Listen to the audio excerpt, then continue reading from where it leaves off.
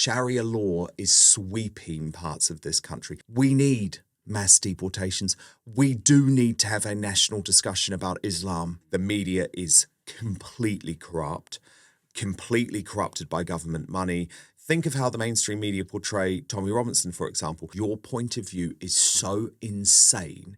You are literally overseeing the destruction of our country. That's the kind of balls that journalists need.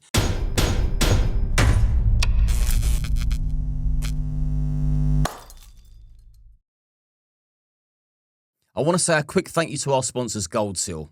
I use their products every single day, and now I finally get to work with them. I use their products for anti-inflammatory, reduced anxiety, better sleep, and mental clarity. I'm going to put a link to their website in the description, along with a 10% discount code for you to take advantage of. Go and have a look at their website, see if there's anything in there for you. I hope you enjoy this week's episode, and good health. Dan. Great to be here. Yeah, I'm delighted you're here. I've been wanting you on for quite some time because you're a very interesting guy. You've lived an interesting life. You put GB News on the map. Yeah. In my opinion, that channel was done so well because you springboarded it into the success that it's now at. Although I've got a few little bugbears with the channel of late, which I'm sure we're going to cover. But just to get a background for you, because I know you've been through some traumas, toxic relationships. You've been cancelled royally. So give me a background. Were you New Zealand born and bred? Yes. So New Zealand born and bred, but my mum was born in Essex. My dad's family are all from South Shields, and he was actually born on a British Army base in Malta. So I always grew up as a proud New Zealander, but also someone who was a proud English person too, because my grandparents had fought in World War II. Their favourite programme was Coronation Street. We had a Sunday roast. So I grew up in a very English family. And so I guess it was always in my blood. And particularly journalism was in my blood. And I always wanted to come to Fleet Street. So I moved to the UK permanently when I was 21. So effectively, my adult life has been in the United Kingdom. But I guess I'm a proud member of the Commonwealth. Always loved the royal family, always loved English traditions. But my mum and my dad and my sister and all of my school friends are still in New Zealand. So a big part of my heart is there, even though this is my home now. New Zealand is a very macho, masculine country. I mean, all you've got to do is watch Once Were Warriors, for example, and watch the All Blacks kick ass on the rugby pitch. So it's like it's a man's country. And being a gay man, did you come out of the closet in New Zealand or the UK? My family knew, but I wouldn't say that I was out in New Zealand, although my friends would all say, oh, Dan, of course we knew. But no, I think it was difficult. So I think certainly that was part of wanting to come to the UK and find myself, be my whole self and feel comfortable with that, because it was hard. I mean, my dad, who has always been amazing with me, but, you know, he was a big, proper rugby player in New Zealand, you know, and so it was definitely a macho culture. An easier step to make in the UK than it was New Zealand. Yeah, I think it felt that for me, but I don't even necessarily think, though, that's about necessarily a difference in the two countries. It's about the fact that sometimes you almost need to run away a little bit. You see this a lot in small town America. The people in small town America will go to New York or Los Angeles or Dallas, Texas or whatever, just to find themselves, to escape their sort of upbringing. And that's not to say that I didn't absolutely love growing up in New Zealand, because I did in so many ways. Did you play rugby yourself? Because a lot of people won't realise that you're a big strapping man. I've got a rugby player's build, but no, I never played rugby. Never played rugby, no. I played water polo at school and I swam, but I've never really been a sporting guy. I've always been very interested in the media and the arts and journalism and writing and performing. So that's what I wanted to do. Yeah, I was going to say, did you ever do any drama or any acting when you was younger? Yeah, so I did all of that. But I actually was a terrible actor. But I soon realized that what I felt my strength was public speaking and presentation and interviewing people. So I was a weird teenager. I was a really weird teenager. I was interviewing the Prime Minister of New Zealand when I was 15 or 16 years old. So I guess weirdly that sense of wanting to do journalism and broadcasting was always in me. It was always in my blood. So let's shift it to the UK now, because I think this is where you've done the bulk of your work, and obviously you found yourself, come out completely. That transition of kind of living a lie or in denial, but then setting yourself completely free, because then, you know, once the ball and chain's off, you can really, really excel in life, I think, in all areas. Yeah, it's an interesting one for me, because I guess the first thing I would say is that I'm certainly someone who is not defined even slightly by my sexuality. I think it is such a small part of me, and I've always felt that way. And what I can't stand, and you probably know this, is people in the media who are all about identity politics and all about, oh, I'm part of the LGBTQI plus community. No. I have zero interest in that. Being gay doesn't define who I am. It is a part of my life, and it's not a part of my life that I've ever hidden, actually, apart from when I was at school in the closet. Now, a couple of things I would say. Firstly, do you remember when Philip Schofield came out and me and him had a big run-in over a whole load of stuff? And I told him to read this book, The Velvet Rage, because that was a book that changed my life. And he actually did say that he had read it. And I think probably the reason that Philip Schofield was such a deeply unhappy, unpleasant person for such a long time is because he was hiding who he actually was. That's a very difficult thing. So that's what that book is about. But for me, I was very lucky because I only hid that part of myself for quite a small period of time, if you see what I mean. So that means you don't necessarily have the same level of rage as someone who is in the closet. Because there are lots of famous people, celebrities who are still in the closet now, 40, 50, 60 years old. That makes them a very unhappy, miserable person. So that's the first thing I guess I would say about it. They think they've got us fooled. Yeah. Yeah. You're not fooling anyone, we know. mate. Yeah. We know. And actually, we don't care. No, more I power didn't give a damn that Philip Schofield was gay, but it's all of the deceit that went with lies and deceit and all of that around it. And then the fact that he was celebrated, and it's like, what? You're celebrated because you've put your wife through this hell for all of these years. I don't know what we're celebrating here. So I guess that's the first thing I would say. And then I noticed a real change as I went on in my media career and probably got into my early 30s, that all of a sudden I was becoming shunned and ostracized by the gay community because I was working for the Sun newspaper. I didn't share their political views. And then, of course, we entered into this mad trans world, and it all became LGBT versus gay. And for me, I was always in the gay camp. But the bigger thing for me actually was just that this is stop making this your whole identity. It's so boring. Imagine if every time I came on my show on GB News or Talk TV, it was all about me being gay. It's like, it's a small part of my life. I will bring it up if it's relevant. I've certainly never hid anything. And actually, I'm very proud of the fact that I never hid anything. But I think it also shows that there's not the same level of homophobia as some people try and make out. So I remember when I joined the News of the World, which was the first big newspaper I worked for, I was only 23 years old. And lots of people who were my friends in Fleet Street told me that I was going to have to hide my sexuality. They said, oh, you can't tell anyone at the News of the World you're gay. Now, I was never prepared to do that. I would not do that. Why would I hide that? Again, I'm not walking around the office flamboyantly screaming I'm gay in a feather boa, but I wasn't going to hide it. And actually, no one at the News of the World ever made an issue of my sexuality. And I very quickly progressed through the News of the World, proving that if you're good at your job, it's not something that's going to hold you back. So that's why when people and there's so many of them, let's be honest, there's so many of them. But let's take the most obvious example, Meghan Markle, who's a very successful woman, but says anything that goes wrong to me is because I am a mixed race woman. It's like, oh, do one. Of course it's not. It would be like me now at my stage of life saying anything that goes wrong for me is because I'm gay. Yet I've achieved lots. Do you see what I'm saying? And of course it's different. It's different being gay to being straight in some ways.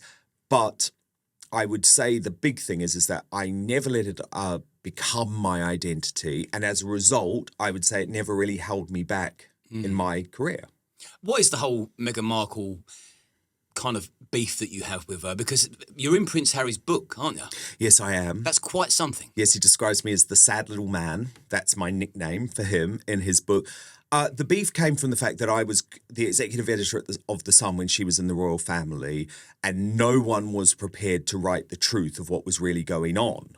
Before I broke the story, no one knew about it. What was going on is that Meghan was treating the staff terribly, acting like a total diva, acting like a bully, had fallen out with Catherine, the Princess of Wales, specifically because of the way that she was treating staff at Kensington Palace. And I broke the story.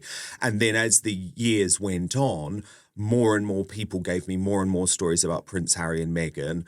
Prince Harry and Meghan did everything they possibly could to shut down my journalism. So they took me to IPSO, which is like the government regulator. They threatened to sue me on completely spurious grounds, claiming that I'd broken the law, which I never had. They got their Sussex squad of internet trolls to launch this cancellation campaign against me. And then latterly they worked with this disgusting hard left organisation that led this cancellation campaign, working with my ex-boyfriend, being pushed by Harry and Meghan to do this, to effectively try and destroy my career. And for a period it worked because I lost my jobs. I lost all my jobs in the mainstream media. I was sacked from the Daily Mail. I was taken off air on GB News, even though it was related to another incident involving Lawrence Fox. So I guess my beef is to do with the fact that I just reported the truth. None of the stories that I wrote about Harry and Meghan were untrue. Do you see what I mean? But they couldn't handle the truth, so they tried to cancel me rather than actually look at their own behaviour. And I think I'm someone that very much does not like people who always present themselves as victims. So and I guess this fits into everything I said to you, I could have decided to live my life as a victim, right? I could have said, oh, I was terribly bullied at school because I was gay, it was hard to get jobs or whatever. You know, like I could have decided to live my life as a victim and use that as a victim, use my minority status to make me a victim. And I always refuse to do that. And so when I see two of the most privileged people in the world, I mean, Prince Harry claiming he's a victim. Come on. He is a member of the British royal family. He has had every single privilege that a man can possibly have. Now, that doesn't mean he hasn't gone through hardships. I'm not taking away from the fact that it was very traumatic, the way that his mother died at the age that he was. And of course, there is a lot of scrutiny on you if you're in the public eye. And I certainly don't agree with any of the illegal tactics that were used at the newspapers in the 90s and the early 2000s. I'm on the record, and I gave evidence at the Levis inquiry under oath to say, I've never broken the law, I've never hacked a phone, I've never used a private investigator. That was not the sort of journalism I did, and I don't approve of that journalism. But the fundamental thing for me is that they are not victims, and I hate this victim culture and this victim mentality, and I think it permeates so much of our society now.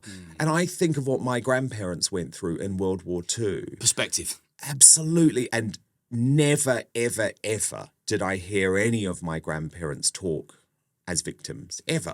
No, and Prince, Buckingham Palace and victim, they sort of, the words just don't work together. How did you have such a tremendous insight into Buckingham Palace and the royal family? So I guess I'm a journalist and I like to follow the story, right? I like to know where a story is and follow it. And so I knew that there was this huge story with Harry and Meghan. And at the time, I'd just finished editing the Bizarre column in The Sun, which is the showbiz and entertainment column. And I'd finished that.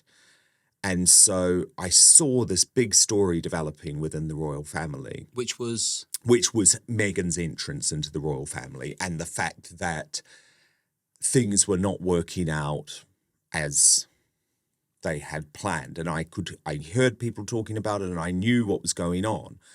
But my big frustration is no one in the newspapers was writing about this at all. So even though there's this perception that Harry and Meghan have created that all of the British media were against them, actually that's not true. Before the wedding and even for about 6 or 9 months after the wedding, all of the coverage was totally positive because everyone was so worried about being accused of racism. That's what it was all about, because Harry had set this up. Like, if you write something negative about Meghan Markle, you are racist. So all of the newspapers were too terrified to actually write anything negative. And so I was determined to find out what was going on, get to the bottom of the story. I had sources within the royal world. And so the first big story I broke was something that became known as Tiara Gate, and it was about the fact that Meghan Markle had demanded a particular tiara to wear at her wedding. But the critical point was that the late Queen Elizabeth II, had phoned up Prince Harry and said, Meghan is acting terribly. She can't keep doing this. Now, that is a big thing. You don't usually get that level of access into what's going on within the royal family. But we ran the story. My editor was really confident and did so. And what you'll find, and you'll certainly find it now with some of the topics that you cover and talking about Tommy Robinson, for example, when other people aren't, is that when you are seen as a journalist who is prepared to be brave enough to break a story, lots of other people start coming to you because they're like, he's actually going to break the story. So for a period of about 2 or 3 years, I broke a lot of major stories about what was going on inside the British royal family. Did you build any friendships within the royal family? It was never close personal relationships, and I've been accused of having friendships with Prince William or having leaks from King Charles, and it was never like that. It was a professional.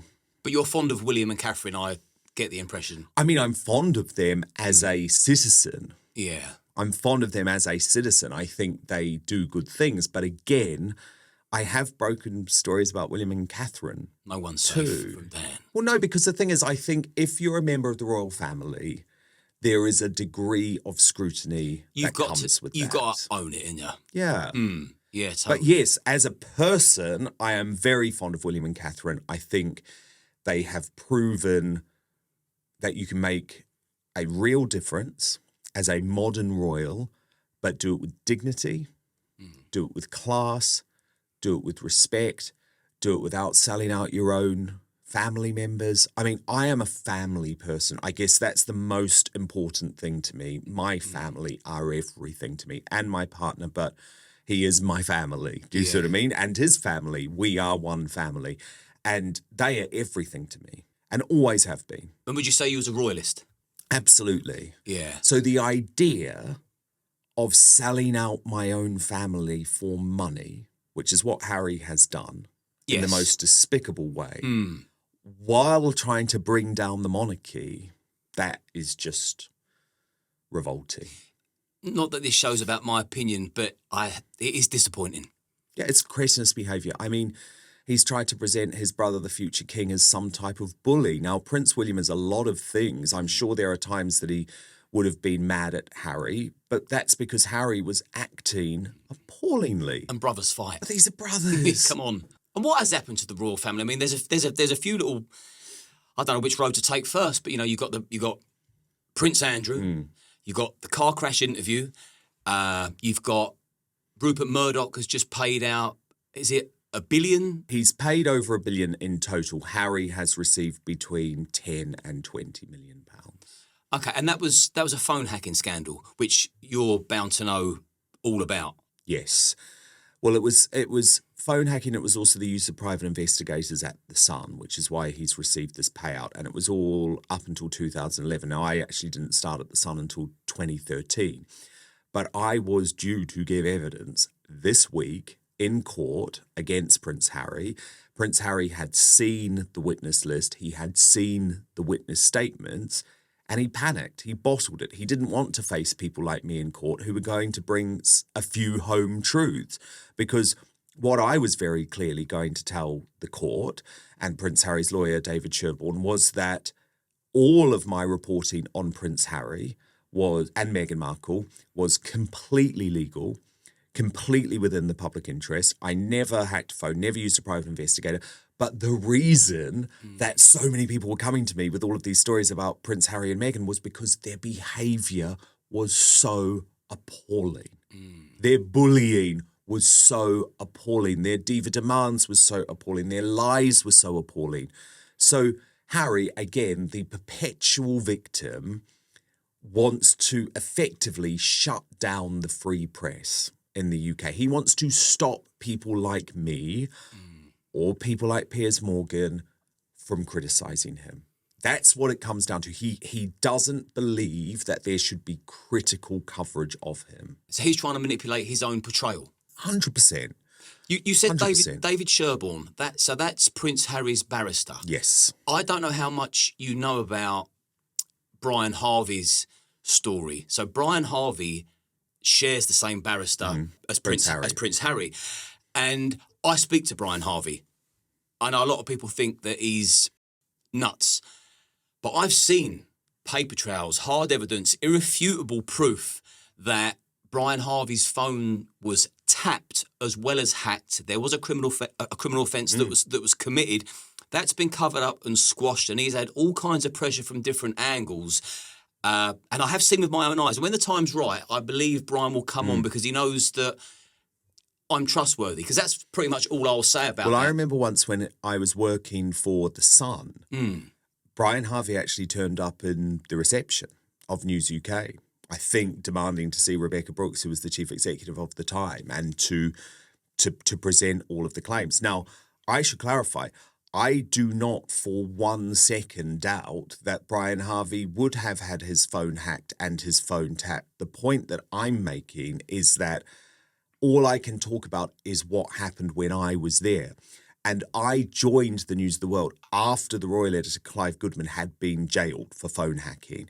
And I was absolutely assured that all the criminal activity had ended. And as a journalist, I have a whole set of morals and principles that I go by, right? And one of those principles and morals is to never access private information. It's cheating if you do that as a journalist. So my sort of journalism has always been about talking to people, getting to know people, what's really going on, and actually having people trust me. Because the only reason that people were trusting me with this information, for example, about Harry and Meghan and the royal family, is because they knew that I would never sell them out. So I would never sell out a source. I would literally go to jail rather than have to reveal a source of a story. That, to me, is a fundamental principle of journalism. So I completely deplore everything that went on in the British newspapers. What I would say, and I don't know this from personal experience, but this is all out there in the public domain, is that the idea that phone hacking and tapping and all of that was contained to The Sun and the News of the World is a complete misnomer. I mean, The Guardian, the left-wing Guardian, have admitted that their journalists used to hack phones. Now, I think the whole thing is completely deplorable. It's immoral, isn't it? Well, yeah, because if I saw your diary, like your personal diary sitting there, right? Say you had a diary out there. Don't know if you keep a diary, but if you do, the idea that I would ever, number one, read that diary, I could not morally bring myself to do that, right? But the idea that if I did read that diary, that I would then use your private information to run a story about it. I mean, that is so wrong. It is so clearly wrong. It is so obviously wrong. There's no grey area, is there? That is a morally wrong thing to do. So it's completely reprehensible that anyone would listen to anyone's voicemails. I'm not disputing that for 1 second. But the thing about Prince Harry is that has all been dealt with. It's all been dealt with years ago. And the newspaper shut down. You know, multiple people went to jail. I mean, the editor of the News of the World, Andy Coulson, who was at the time the Prime Minister's chief spokesperson when it all came out, he went to jail. I mean, there has been justice. But all of this went on before 2007. So what, we're talking nearly 2 decades ago. Wow. And do you really think, with everything going on in this country, that that's what the police should be investigating now? I mean, I don't. But when it comes to me, investigate away. They're not going to find a single thing. As I say, Harry has already tried. He has already tried to accuse me of breaking the law. It didn't happen. This is why I'm very different, and I'm not going to name names, but I'm very different to a lot of those high-profile journalists back at the time who would not be prepared to go into court and give evidence because they probably did break the law. Yeah. But I didn't. No, good on you for that as well. Nothing to hide. And so the last thing on the royal family, there's no way we can discuss the royal family for as long as we have it and not mention Prince Andrew. Yes. I mean, visiting Jeffrey Epstein after he'd been convicted of paedophilia. I mean, there's dropping the ball and there's scoring own goals, and then there's just outright stupidity, which then leads the public to come to an obvious conclusion. What is your involvement with him? Why would you go to a convicted paedophile house? So I'm interested to know what you know about that, because I guarantee you know more than most.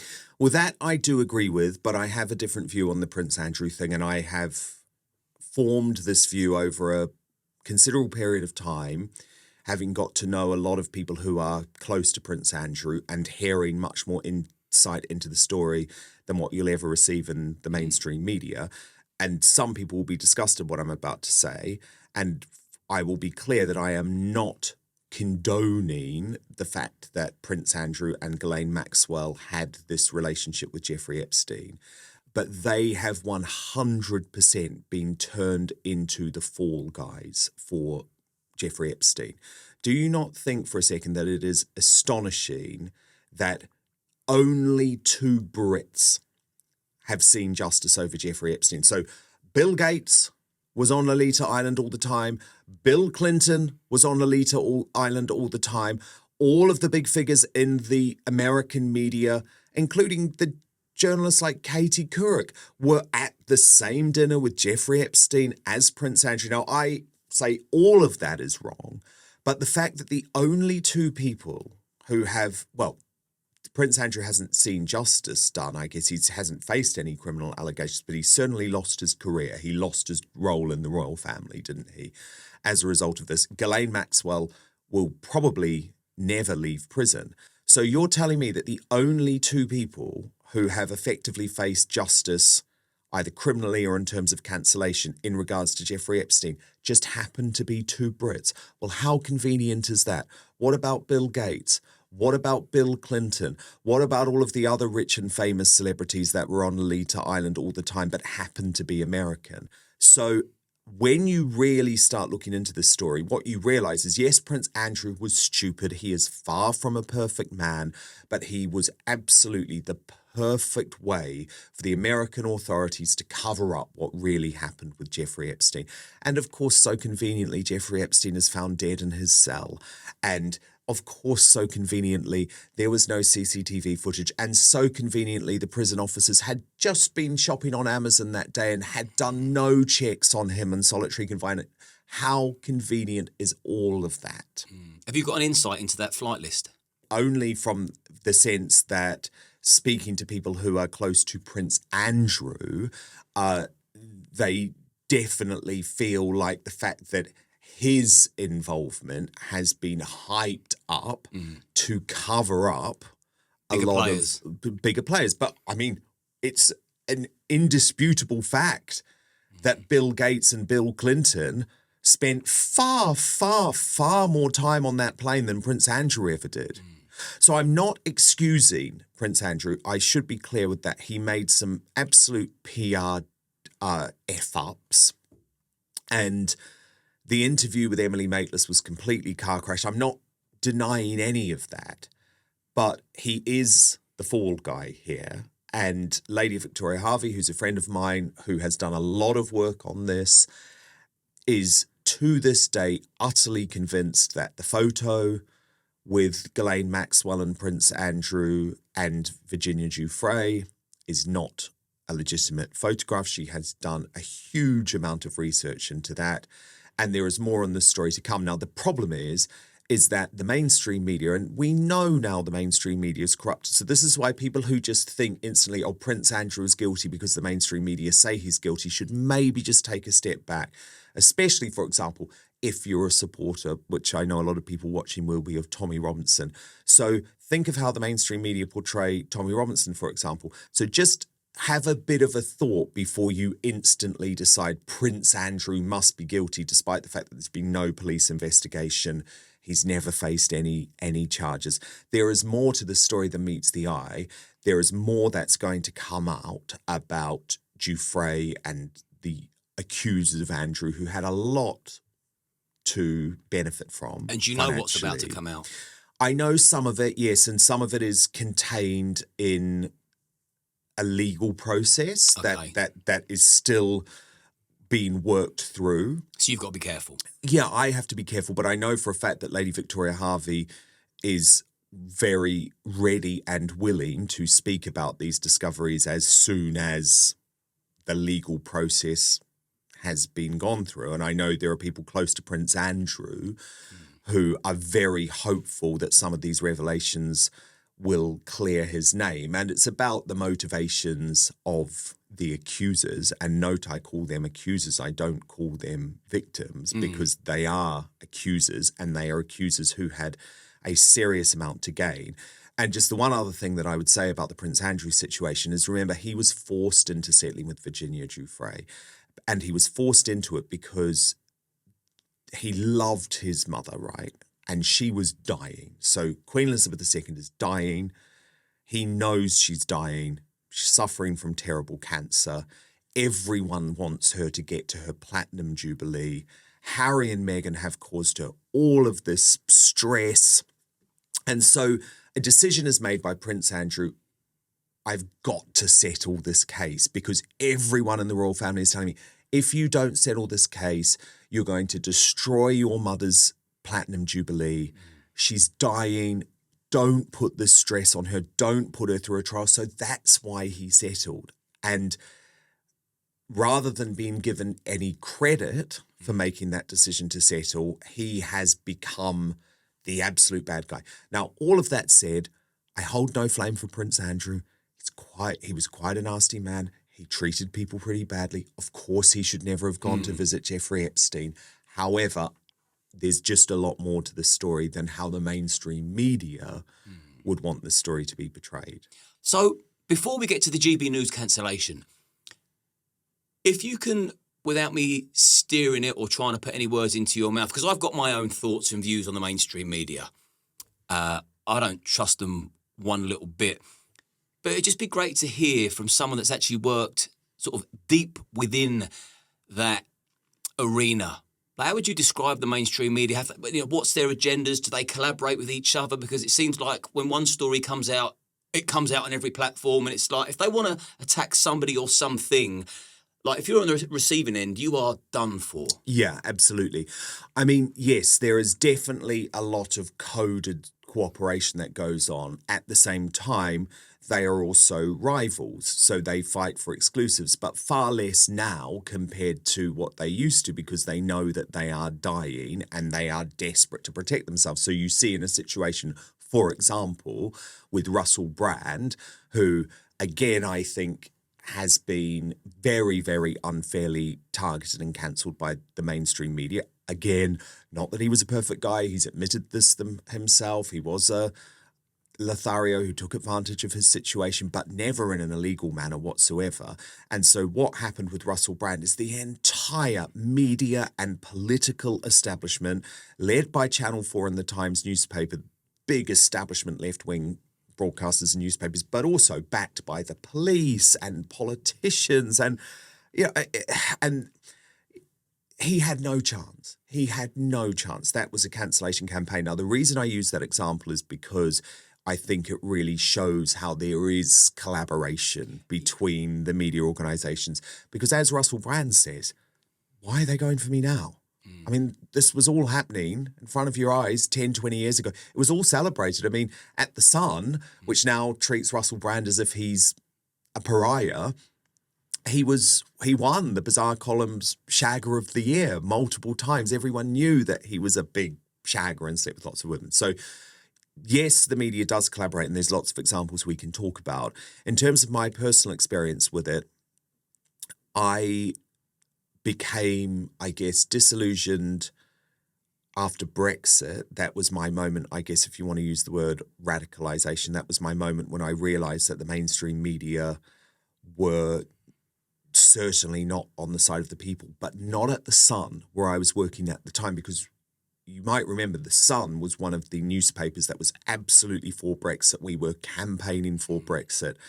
And The Sun was a big part of actually turning Brexit into something that had momentum, given that all of the establishment never believed it would happen. And so once it did happen, then they spent years trying to overturn the vote. But the moment, I guess, that really changed everything for me was in February 2020. I took over hosting the drive time show every day. So like the weekday drive time show, well, Monday to Thursday it was, on Talk Radio from Eamon Holmes. And I was very passionate about this. I really believed in the station. I loved the station. Now, I took over in February 2020. And of course, what happened in March 2020, the whole world was turned on its head. The whole country was shut down. I was very early on, and I mean, I've got the footage, because if anyone tries to say, oh, no, you weren't, I had already spoken up against lockdowns before the first lockdown in March. I then said, okay, 3 weeks to flatten the curve, I'll go with this. But I was very skeptical, and I was very publicly skeptical. And over the course of 2020, I became one of the biggest campaigners in the British media against lockdowns. Now, at the time, everyone was pro-lockdown, including The Sun. So this was very difficult for me, because I was the executive editor of The Sun. But as a newspaper, they were following the government narrative. They were pushing the lockdowns. And then later, once I'd left, they pushed the jabs, and they ran this thing called the Jabs Army. And they were all, everyone has to go and get jabbed and boosted. So that was my year where I was just like, oh my God, this is so much worse than I ever have believed.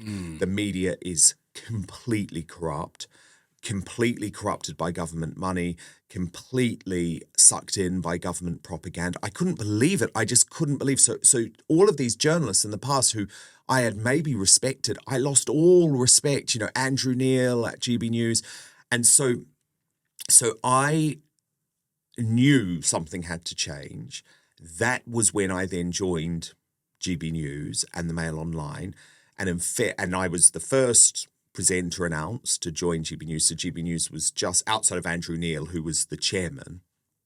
And they were places that I felt could try and change the media ecosystem. Because in fairness, my editor at the Daily Mail, who is no longer there, a guy called Martin Clark, absolutely never censored me when it came to lockdowns. So I was absolutely allowed to say what I really thought in a way that The Sun hadn't been keen on. Yeah, so just one big psyop machine.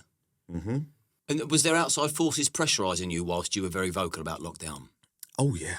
Yes. Worryingly so?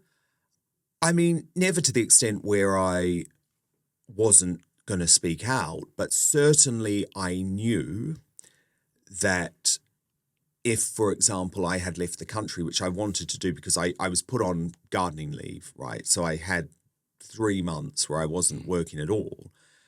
But I knew that the authorities wanted to find a way to shut someone down like me, so I couldn't leave the country. Because do you remember at that time, I mean, I had lots of friends leaving the country, but they all had to lie and say, oh, I've got a job over there. And I knew that if I had done so, they would have caught me, and then potentially it would have put my employment at GB News and the Mail at risk, because if you've broken the law.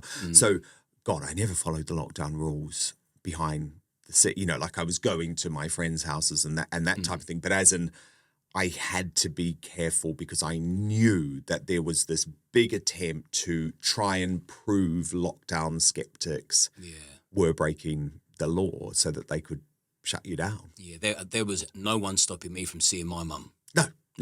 Nobody. Absolutely not. And that's the reason why I mean, Jacinda Ardern, who was the Prime Minister of New Zealand, she is a truly evil woman. And I was one of the only people speaking out against the absolute insanity of what happened when New Zealand was turned into a prison island, because I couldn't see my mum. I couldn't see my mum for years. I have dual citizenship. So I have a New Zealand passport and I have a British passport. And I always have, ever since I was an adult. And New Zealand broke international law. Your passport is meant to grant you entry back into your country. And I was banned from visiting New Zealand. For 3 years, I didn't see my family. I had friends over that period of time who literally had to miss their own parents' funerals Yes, because they were locked in quarantine hotels. You must be very proud of yourself, looking back, that you took a stand. Well, I am, but it's so frustrating because even now in New Zealand, people will still say, oh, yeah, but we avoided all of that death toll. It's like, no, you didn't. It just came later. The COVID came later. It was never something to be worried about. I am proud I was on the right side of history. Unfortunately, though, it showed me how manipulative and how corrupted and how captured the mainstream media is, but also how much power and influence they still had. Yeah. Hopefully they have less now. And that's part of what we're doing, right? That's part of the reason why we're in this independent media world. But I lost so much respect for so many people. And now, I mean, the idea that I have any respect for any of these journalists in Westminster, you know, Laura Koonsberg, Robert Peston, Paul Brand, Beth Rigby, or Beth Rigby as I call her from Sly News, they all follow and parrot the narrative. None of them are brave. They're all in it together. They all socialise together. They all go to the same dinner parties. They all go to the same pubs. They all think the same thoughts. They all read the same things. They all listen to the same podcasts.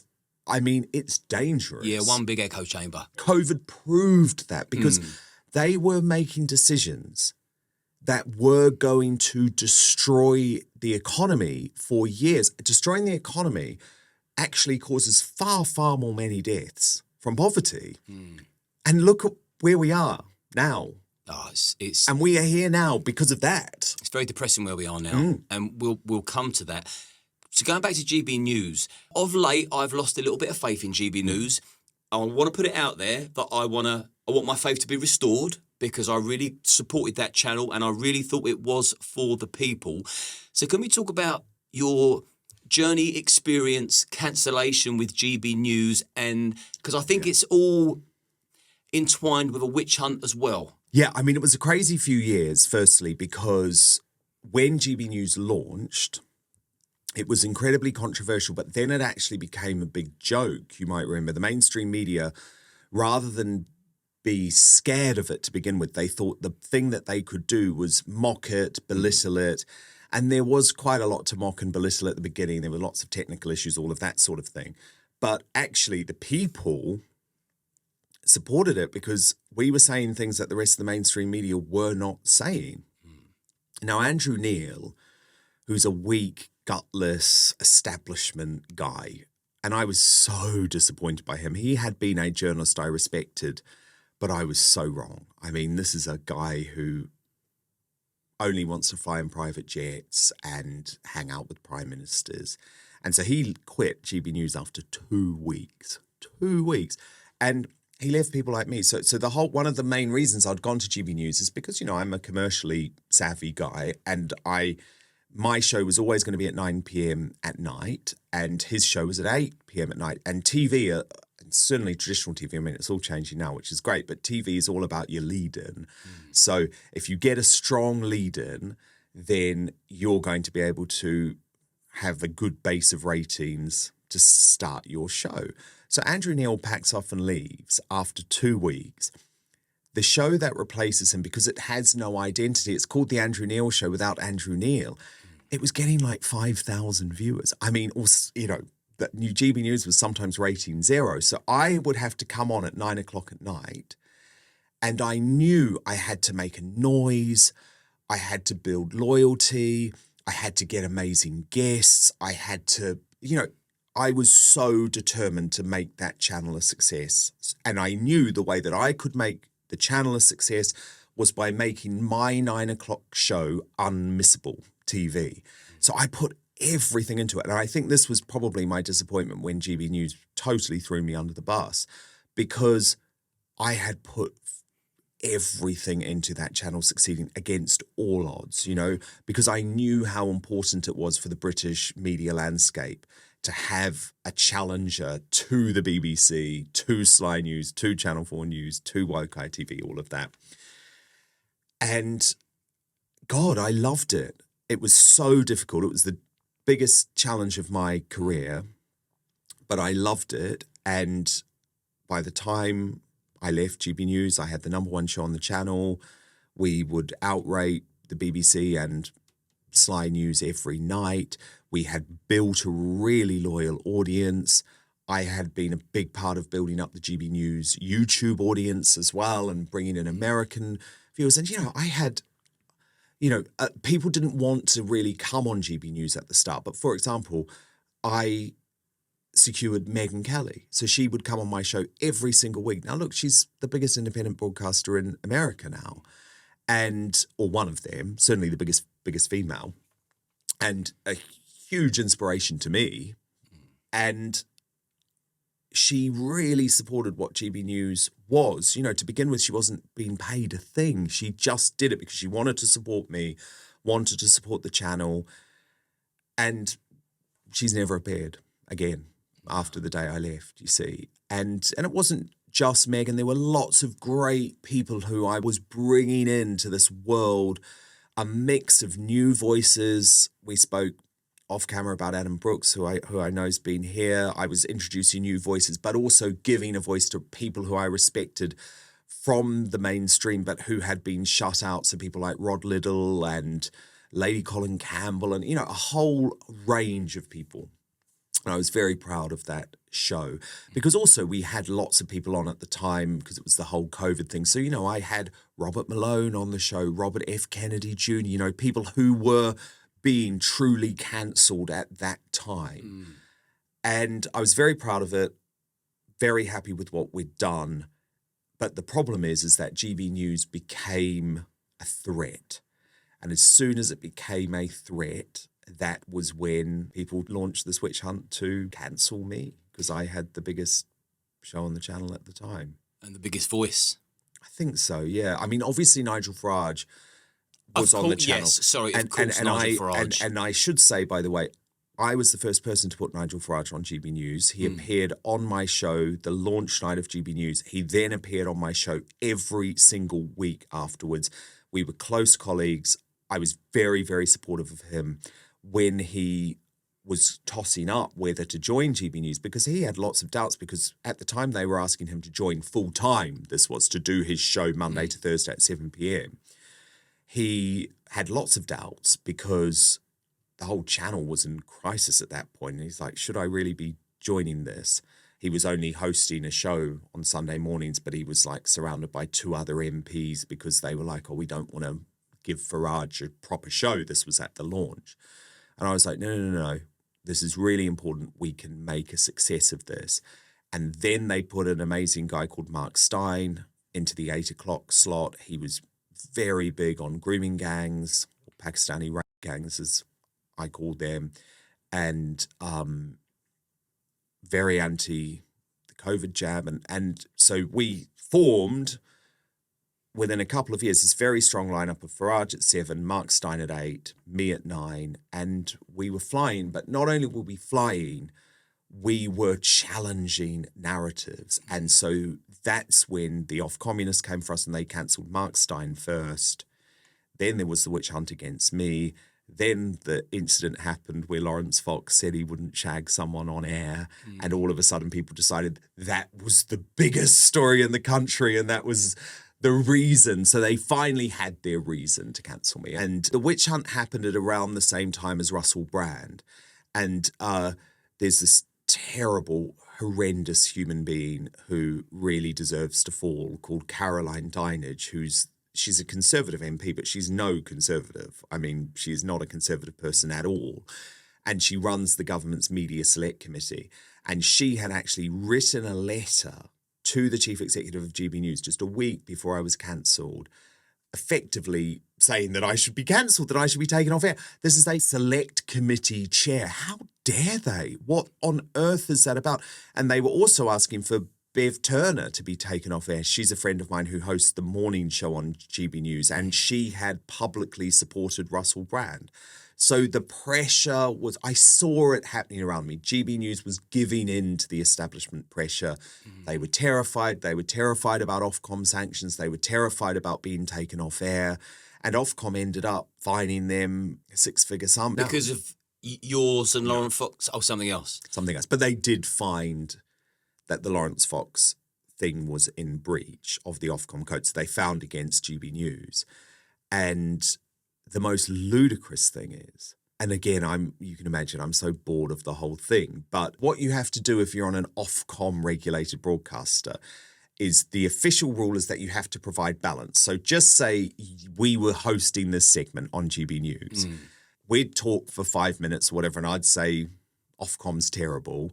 And then you would have to get another guest to come on to say, no, Ofcom's great. Yeah. And that's how you provide this faux degree of balance. Hence right? the panels all the time. Why they always have panels. And I created that format with a panel because I knew that was how we'd get around the Ofcom thing. So I would always have two people who I would consider pretty sound and would share the views of the audience. I mean, there'd always be differences. Maybe one would support Farage and one would support the Conservative Party, but effectively two people who you would consider to be sort of where I was politically. And then you'd always have your mad lefty, because the mad lefty was there to satisfy Ofcom. You know, so I'd say, oh, a man's a man, a woman's a woman, and Benjamin Butterworth would say, no, a trans man is a man. You know, all of that ludicrous. So it's sort of part of my format, and it's a format that GB News has now taken on because it does work quite well. It's entertaining, and you try and make it part of the fun of having it gets these people on. talking. It gets people angry in the comments when you've got such a ludicrous argument. Yes. But I only did that because I had to do that. So now on my news show, I never have these people on for the sake of it. There's no need. I don't. But you had to do that to satisfy the off-communists. But the ludicrous thing about the Lawrence Fox situation, which ended up being the thing that officially cancelled me, was that I had provided balance to what he said. So he said, I don't want to shag this journalist Ava Santina, and she's a nasty piece of work, this Ava Santina. I don't know if you know her. But She's very, very unpalatable as far as I'm concerned. well, yeah, because she was Venomous. effectively saying, yeah, and she was also saying that there should be no minister for men, even though males. She was dismissing the concept of male suicide. She's part of the I Hate Men campaign. Yes. And she had said loads online that she didn't want to shag men. So this was a word that she had used. So there was some context of what Lawrence was saying. Lawrence then used that word, but of course the clip was totally taken out of context, posted by her because a woman who was on my panel that night, another very unpalatable woman who's on the left, who I had to have on the panel for balance. She's called Rebecca Reed. I don't know if you've ever heard of her. She's not particularly relevant. What a troublemaker. She had seen the segment, quickly messaged Ava Santina saying how terrible. So she takes the GB News money, this Rebecca Reed, takes the money to appear on the show, and then while we are on air is trying to get the show cancelled. I mean, why GB News still has her on, I have no idea. So Ava Santina posts the clip and it goes viral and it sparks this moral outrage. But what was ludicrous is that I did do what I believed I had to do by Ofcom. So Lawrence said, I don't want to shag her. So that's making a comment, right, about her appearance, effectively, or about her desirability, I guess you would say. So my idea of providing balance is I said, but Lawrence, she's a very beautiful woman.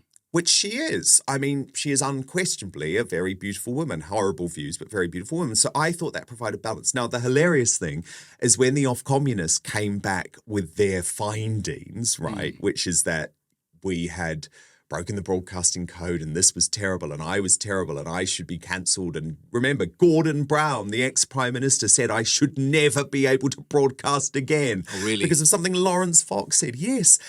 I mean, this was a mad moral hysteria. I had TV crews outside my house. I couldn't leave my house. I mean, this was nuts, right? It was breaking news all day on BBC Sly.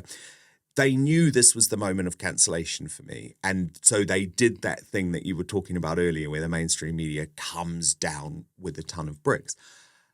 But the thing that I find so astonishing is that not only did they say that Lawrence Fox was misogynistic for saying that he didn't want to shag Ava Santina, they also said that I was misogynistic for describing her as beautiful. So you can't win, can you? You literally can't win. So they don't really want the balance. They only want you to say what they want you to say. So as in, I should have said, Lawrence Fox, you're a terrible man. Get off my show. Ava Santina's brilliant. She thinks all the right thing. No, I didn't say that. He said he didn't want to shag her. I said she's beautiful. That was balanced. Apparently, we're both misogynists. Now, to describe me as a misogynist is utterly disgusting. I mean, I actually think I should have probably sued the off-communists for that, because anyone who knows me knows that growing up as a gay guy in New Zealand, all of my best friends, women. So you're saying I'm a misogynist. How? I called a woman beautiful. I'm a gay man. I'm calling a woman beautiful. That makes me a misogynist. You must see the madness of this, right? Well, and I lost my career as a result of that. It's passive aggression to put you on the back foot. Then you've got to explain yourself when it doesn't even need explaining. No, and I wouldn't do it. And they knew, the big bosses knew this. It was my bottom line. I said, I'm not going to play the devil's advocate just for the sake of it. So if you are expecting me to say, I don't know, no, Nigel, Brexit's a really terrible thing. I'm not going to do that. I will have another guest on, absolutely. I understand they are the rules, but what I'm not going to do is I'm not going to play the devil's advocate. So, for example, when it comes to Tommy Robinson, no one will ever find any clip of me, it doesn't exist, where I would do that thing that people in the mainstream media do, which is that Tommy Robinson's a really bad guy, he's racist, he's been to jail, he's a criminal, but maybe he says some good things. I wouldn't do that. Do you see what I mean? But you'll see this all the time. You'll see it all the time on GB News, all the time on Talk TV. They feel like they have to cover up what they really think by using these caveats and then sort of sneak it in. Well, I don't believe in that. I believe in free speech. I should be able to say what I think, and I always did. But the point in terms of my cancellation is that this was just an excuse, wasn't it? I mean, you can't say that a gay man is a misogynist for calling a woman beautiful. Channel 4, after the watershed, has trans men, women, have you seen this, running around with their penis out playing the piano? That's allowed after the watershed. But Lawrence Fox can't say he wouldn't shag someone. I'm looking forward to when Lawrence Fox comes on. I mean, he's a smart guy, but he's a loose cannon. Yes. There's no two ways about that, and it's nothing I won't say to his face either.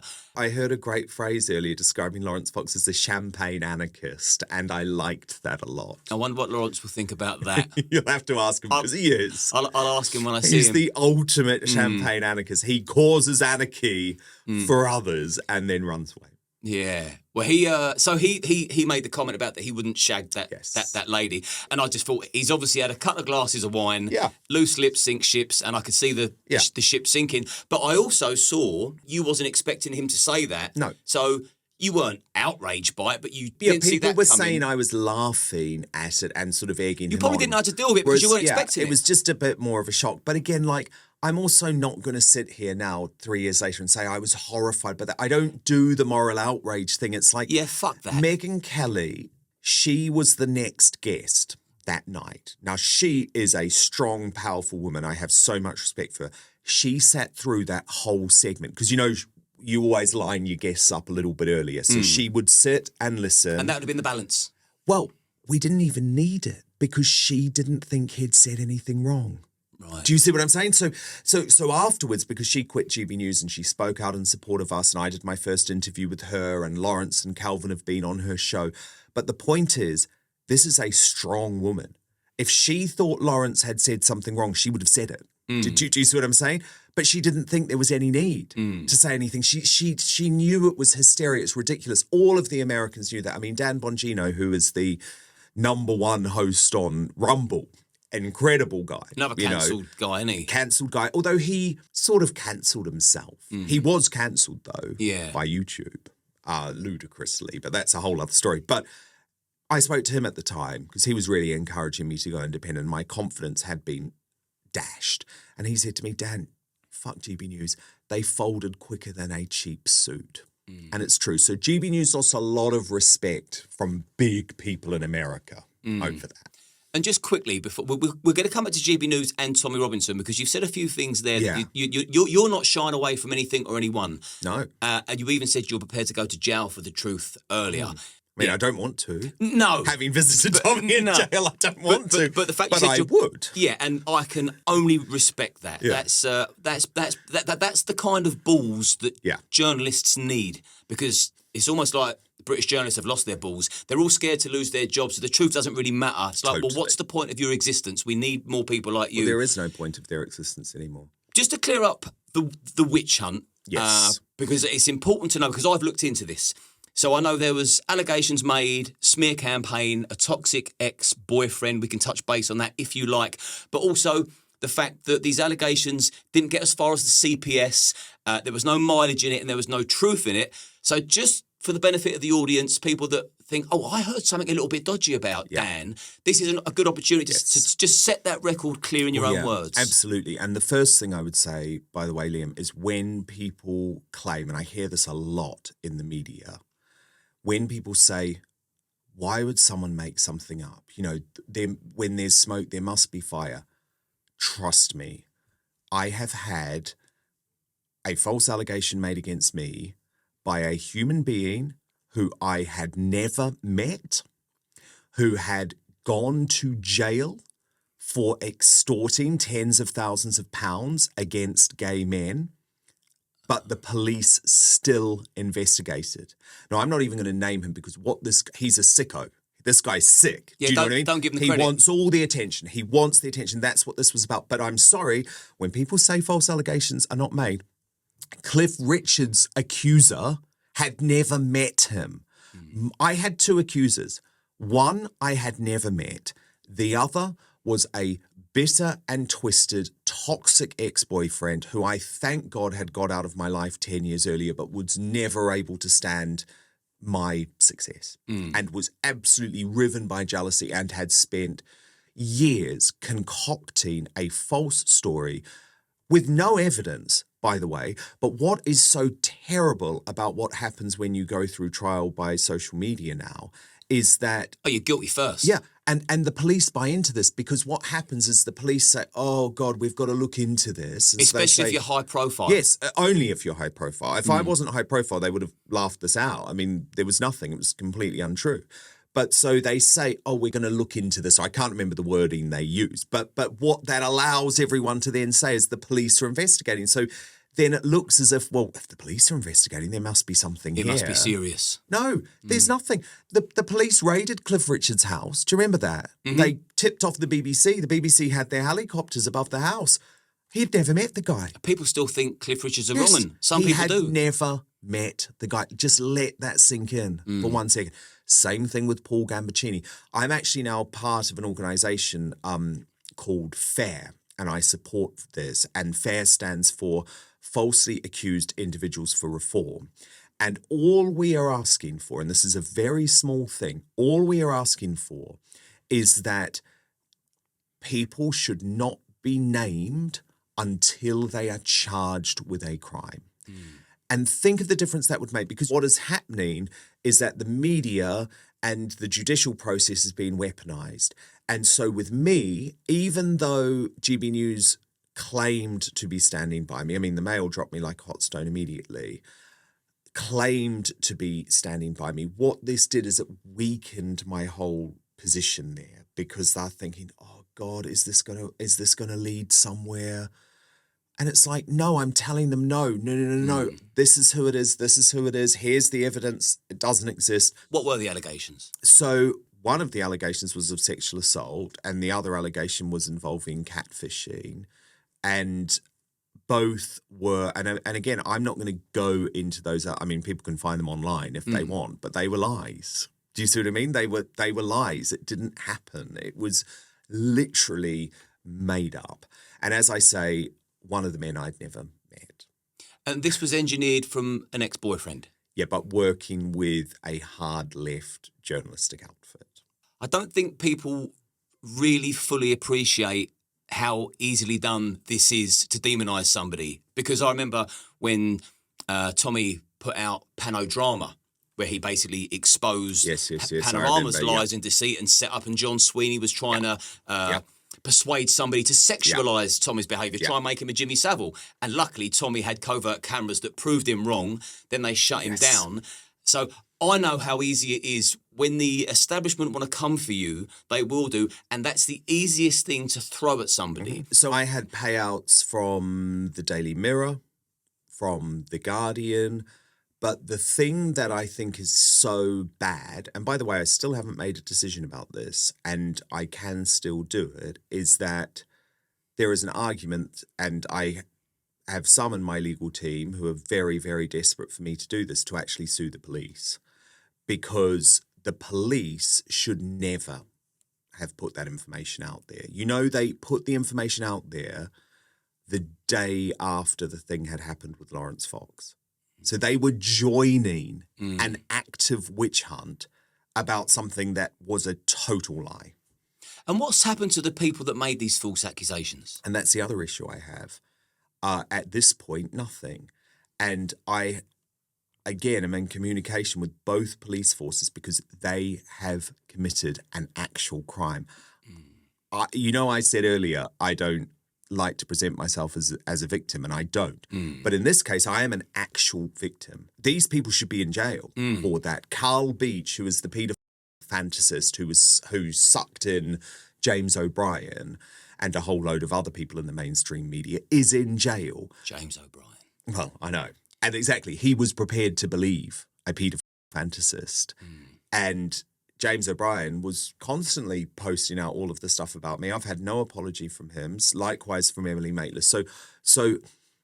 But all of this legal action is still pending. Luckily, The Guardian and the Daily Mirror saw sense, and I do appreciate that. I appreciate the fact that they held up their hands, said they got it wrong, and paid out. That is actually the best thing to do when you've got something terribly, terribly wrong.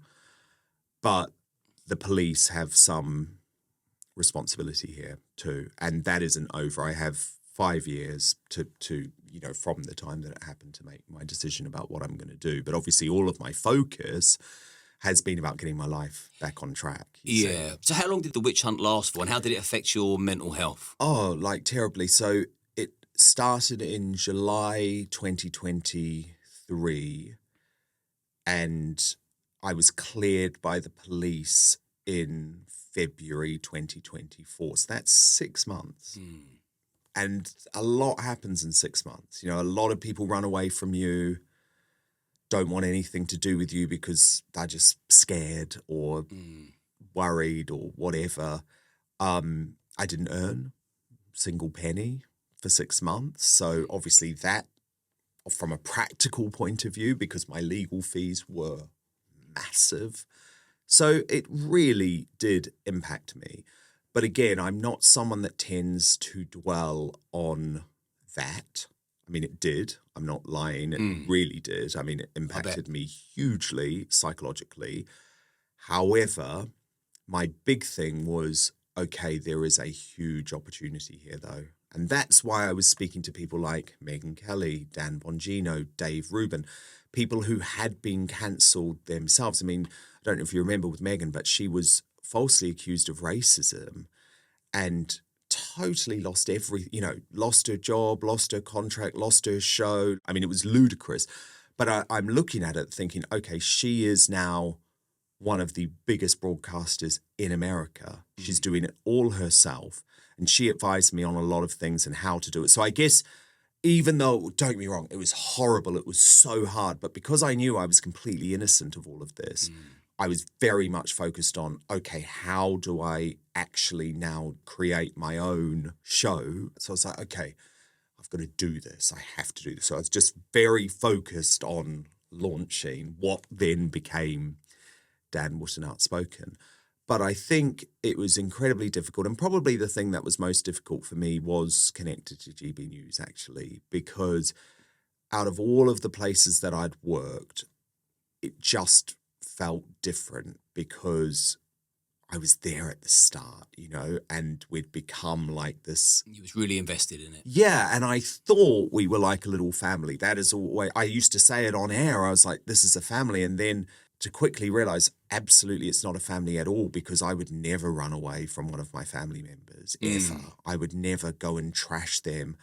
I mean, and again, some people don't like me actually mentioning the specifics, but I think it's important. You know, I would never forget Michelle Dewberry, for example, going on Good Morning Britain to trash me the day after the Lawrence Fox thing happened. And she, once I was cleared and everything, she got in touch, which is very typical, isn't it? Someone gets in touch once you're cleared.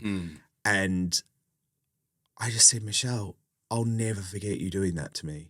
I will never forget being at the lowest moment of my life and then being sent a clip. And I'm like, Michelle, you'd met my mum a couple of weeks earlier. I'd sat down with you for an hour and I'd talked you through everything so that you knew. And Michelle, with her husband, Simon Jordan, I know they watch the show every night. They watch my show every night because she would tell me that. And it's like, all you needed to say is that, like, I know Dan's a good person and he's not a misogynist. I mean, that's all you had to say. I mean, that's not much, is it, to say? And she wasn't prepared to do that because she was sent out by GB News to turn into the attack dog against me. Didn't Nigel Farage have any kind of influence over that? Yeah, and actually, so Lawrence and Father Calvin Robinson, and Father Calvin, I have huge respect for him. He lost his job at GB News, lost his show at GB News because he stuck up for me, and now he is a regular on my show every single week, and he's doing incredibly well. They have a big issue with Nigel. I don't. It was because of this clip that went viral where Nigel said, he was talking about the incident and he said, Lawrence and Calvin are not team players, and he sort of slammed them a bit. But then he went on in the clip, and this didn't go viral, this part, but he went on to say, I feel very differently about Dan.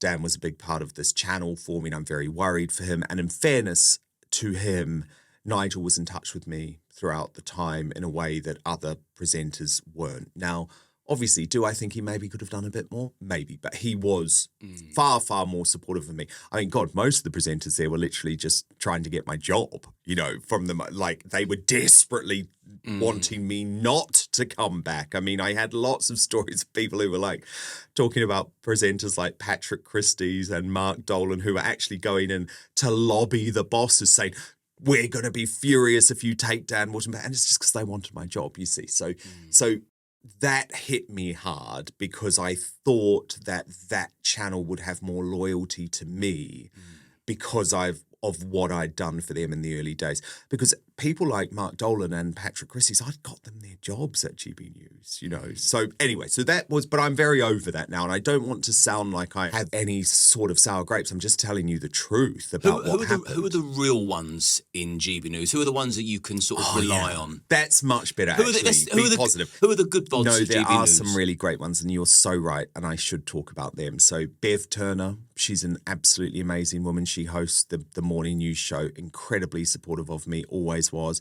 Nana Acquia, do you know Nana? She's hosts brilliant. on I the love weekend. her. Yep, she's amazing. Really and like her. She was always so supportive of me, always believed in me, was there for me over that period, would meet up with me privately. She meant a huge amount to me. Both Bev and Nana Acquia did. Interestingly, Gloria Di Piero, who is the lefty on GB News, the former Labour MP, and she was incredible to me through that whole period. And I think a lot of people wouldn't expect that because we're not politically aligned at all. Nigel was really good to me. Adam Brooks was really good to me. So I'm just trying to make sure that there's not many. Do you see what I mean? That is literally a handful. I think that's 5 people. Everyone else, I was dead to them. Thrown under a bus. Gone. Finished. I know through inside sources that GB News have got a list of people that are strictly forbidden to appear on the show. Oh, yes. And it's much longer now than it used to be, that which list. debunks the whole we're a free speech platform because it's bollocks. Yes.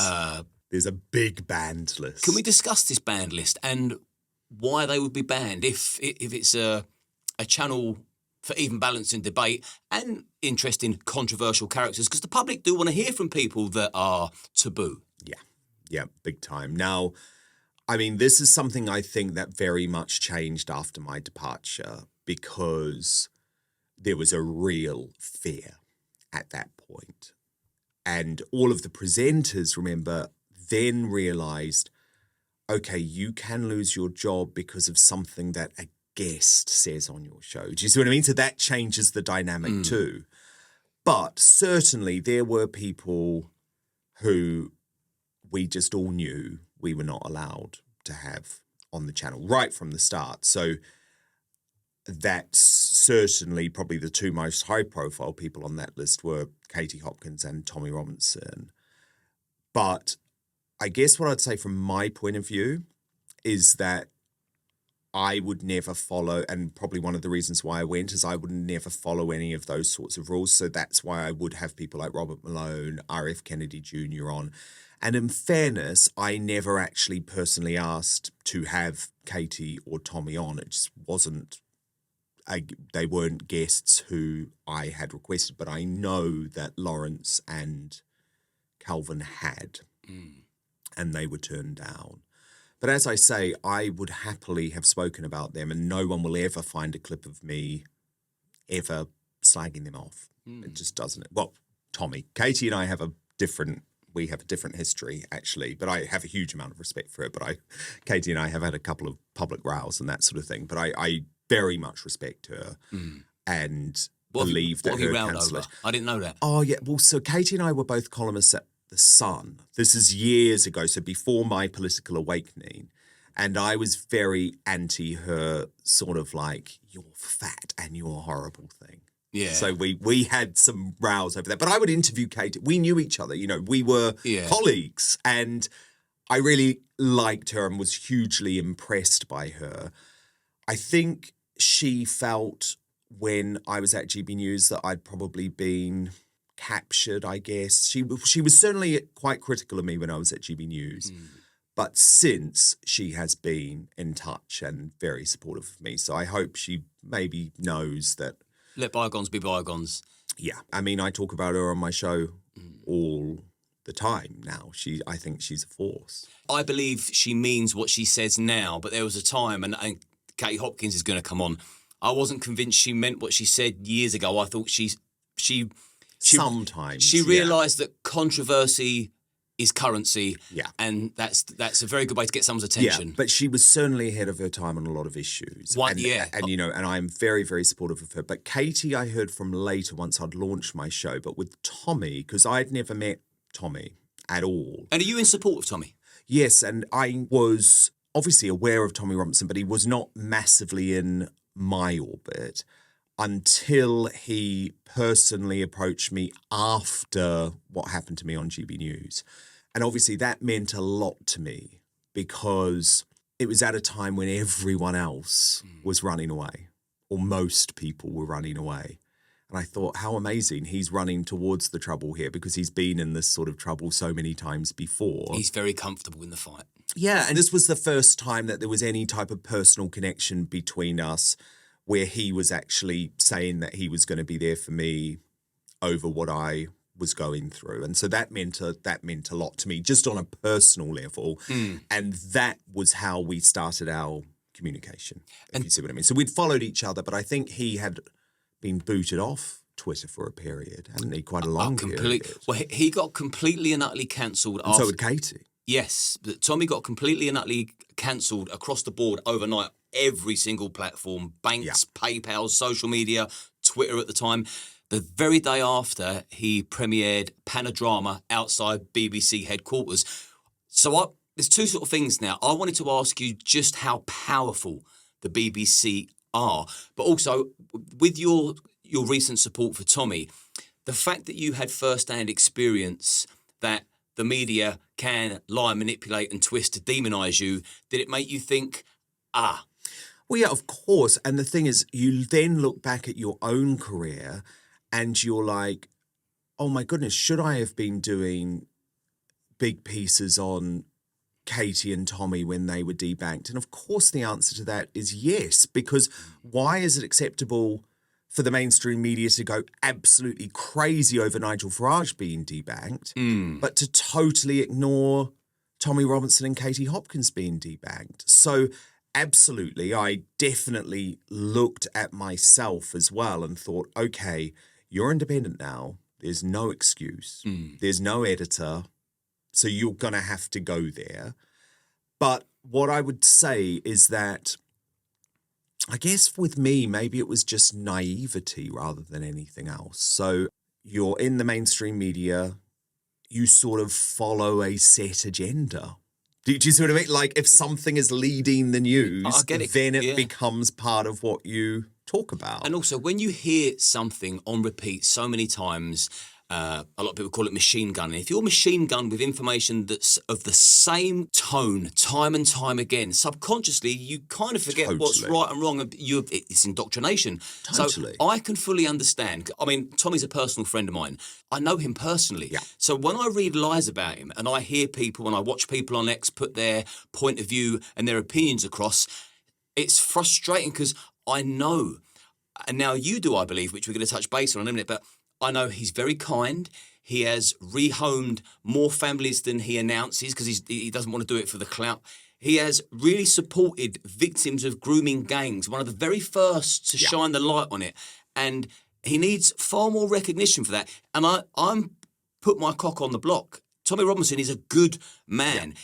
He hasn't got a racist bone in his body. He's got more friends of colour than I know across the board. We're talking black friends, brown friends. He brought up in Luton. So it's absurd when I read things about him because it's people that write about Tommy don't know Tommy, and anybody that meets Tommy, their opinion change pretty quick. Well, yeah, and that's the thing that's really interesting, though. If you ever, because obviously now my show is my show, you know, I'm independent. That is such an important thing. It's such an important thing for journalists, right? Because I no longer have an editor saying you can't say that or we don't want you to talk about that.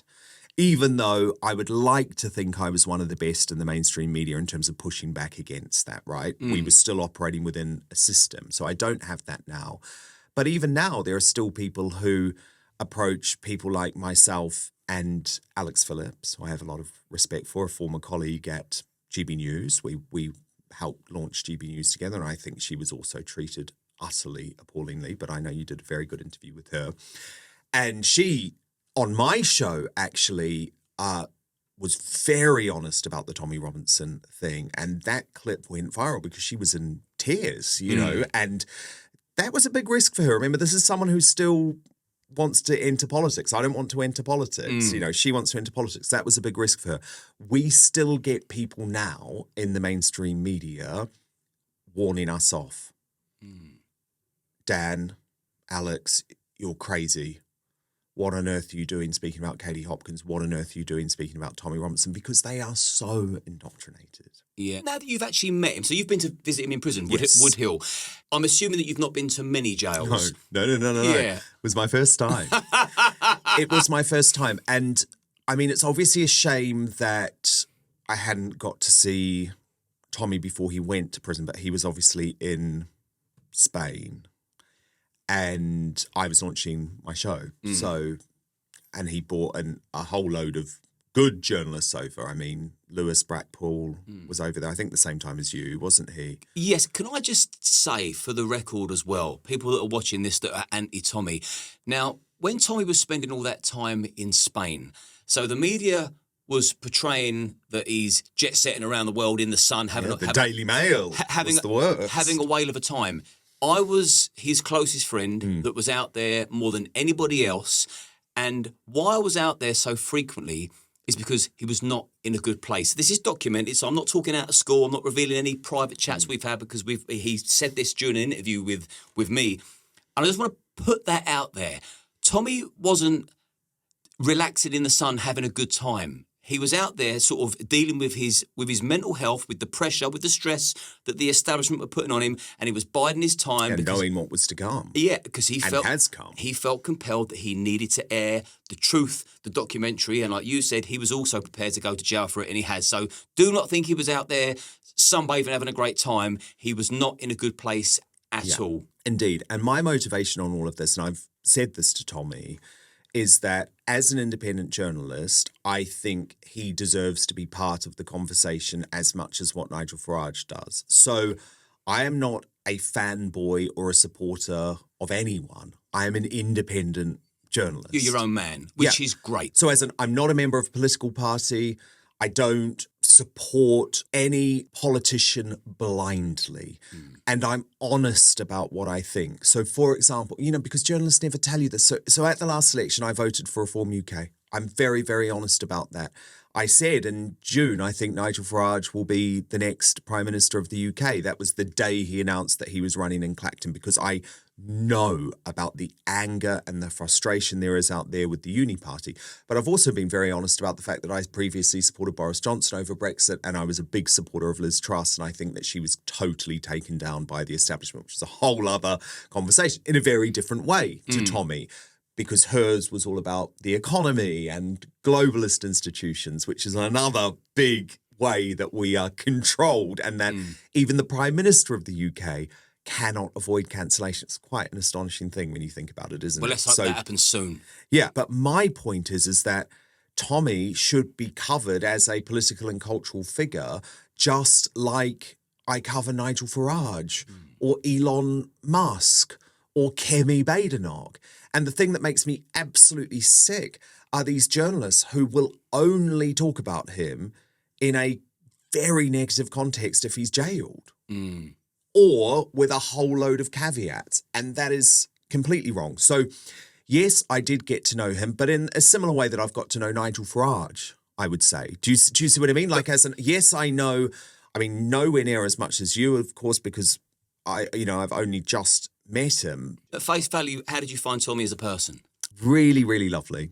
Really, really lovely. But I knew that because obviously we'd been having these conversations. He's kind, isn't he? Yeah. He's kind. Totally. But that was maybe what had surprised me back in September 2023 when I was cancelled. Yeah. Do you see what I mean? Because that's when I understood his kindness, because it's a very kind thing to reach out to someone and show support at a time when people are running away. But what's a shame in a way is I wish he had reached out. And I know you could say, well, I could have done it too. But I wish he had reached out when I'd been at GB News. Do you see what I mean? Would you have fought for him to get on there? Yeah, and that would have been a very interesting, different conversation, you see. But anyway, things happen, don't they? I was cancelled for a reason. I was, because the British media needs to have this reinvention and needs to have people who are going to be brave. So I am, just to be very, very clear on this, because not everyone is in this situation. I am funded by no one, Liam, apart from my audience. So I have no big corporate backer now, because when you're at GB News, for example, you've got two big billionaires who are running the show. Now, I would always push back, right? I'm not going to go into the details, but I would always push back. But most people don't, because most people are just terrified of losing their salary. Of course. And Tommy and I discussed it actually, just how difficult it was because of the amount of money that GB News had been paying me. And he got it. He understood. But can we talk about the finances? Yeah, well, it was really, really difficult.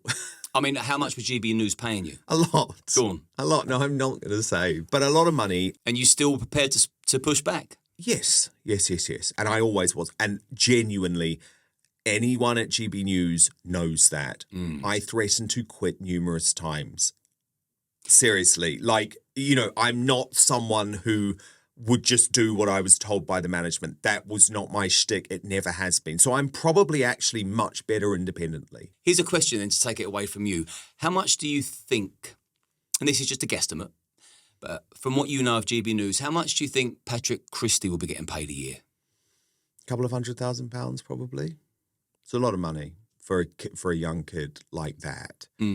And he's a good example, I guess, of someone who will not say what he really thinks because of the fact that he is controlled by the management.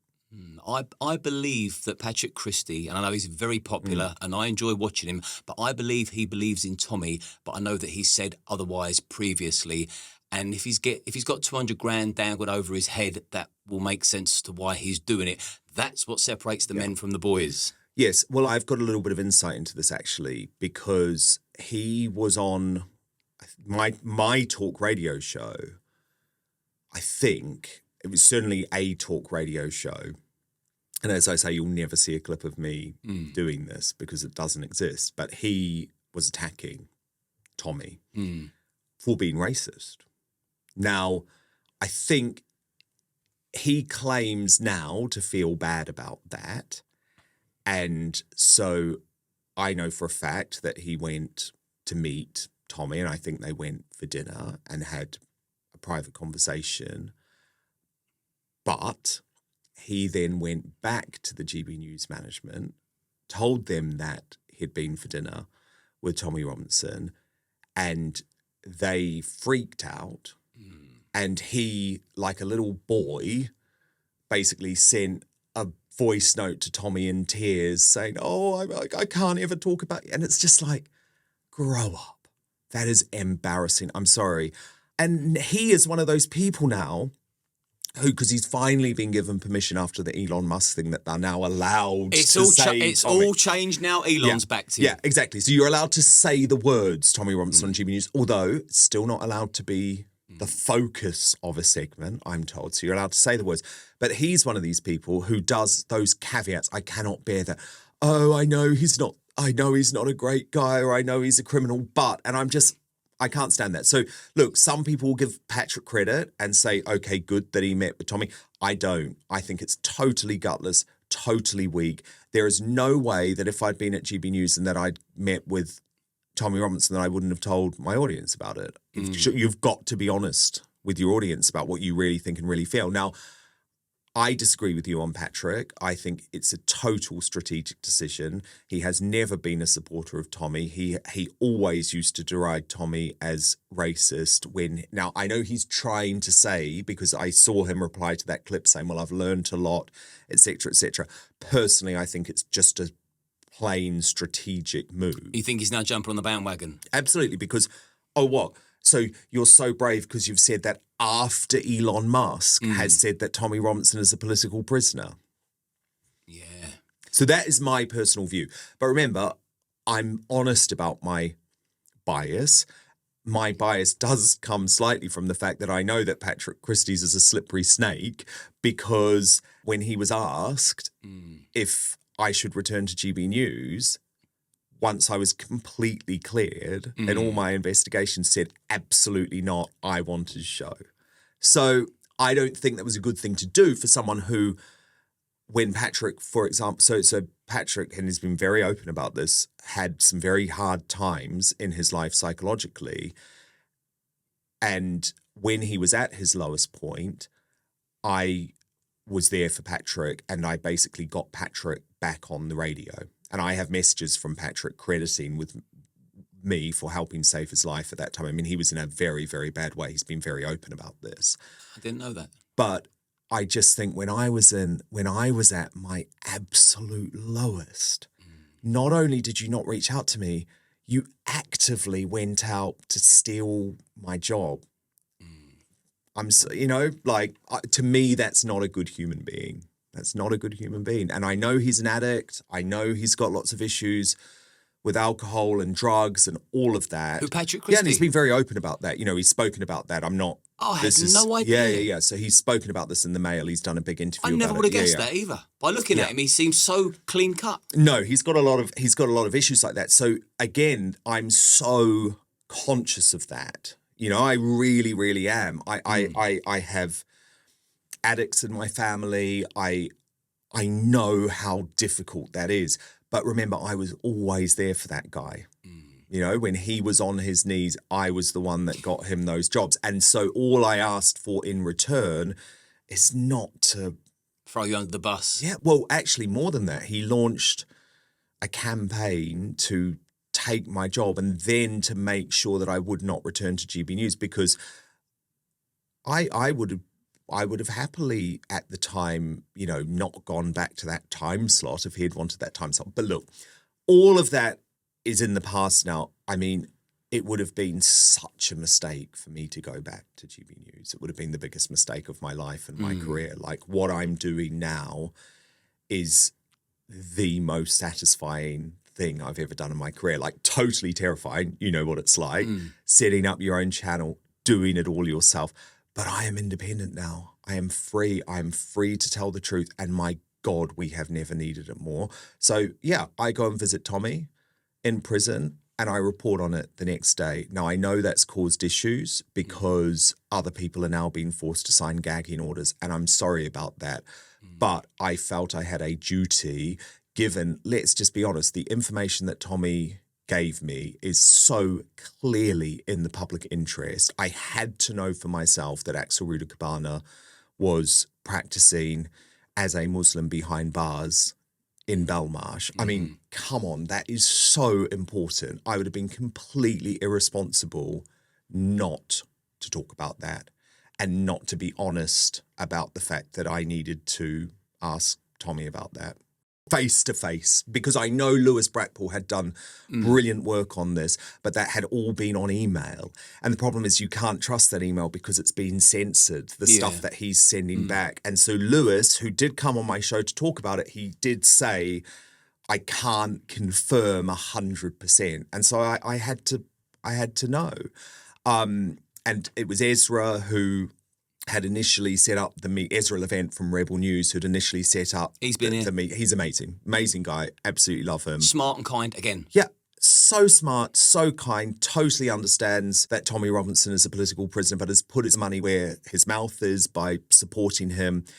But as I say, it was completely in the public interest for me to report that piece of information. And again, I would say to the prison authorities, okay, if you want to go and report me to the cops for that, fine, because that information is in the public interest.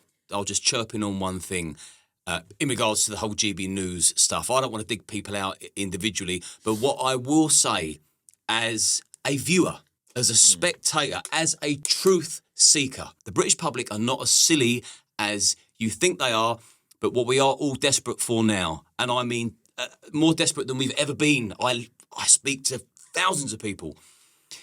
Not only unity, but truth. Yes. We all want the truth. Yes. So stop suppressing it to cover your own arse. Let rip. Personal bravery. And we saw that from Alex Phillips, for example. We're seeing it. Alex Phillips, you, Katie Hopkins, Tommy, the truth-seeking and exposing gang.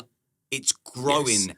Yes. It's growing. But with Alex, why I give her special mention is because she is still part of the mainstream media. She still has a show on Talk.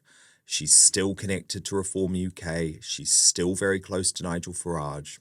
She still went there. So my point is that you can be in the mainstream and be brave if you want to be. Now, I'm delighted I'm not in the mainstream anymore because I don't have to justify those decisions. So in my old job, there were all of these levels of bureaucracy above you, and they can stop you talking about certain things, or at least try.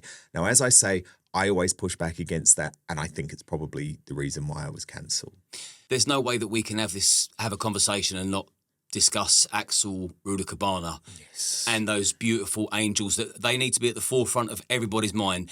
Yes, it's a hell of a story to discuss and lambast him, which we certainly will do in a moment.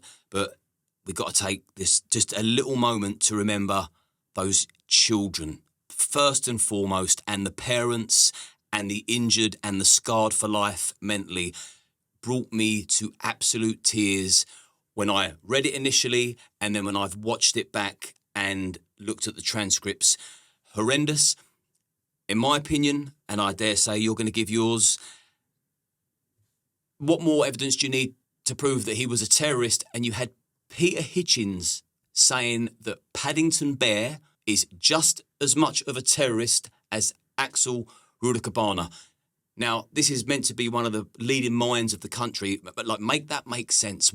How has he come to that conclusion? Dan Hodges as well, another Mail on Sunday columnist. So many. I honestly feel, Liam, like I'm living in a parallel universe when I watch the media coverage of the Southport massacre. I have always called it the Southport massacre, and I've always spoken about the Southport cover-up in a very, I guess, cruel sense of timing.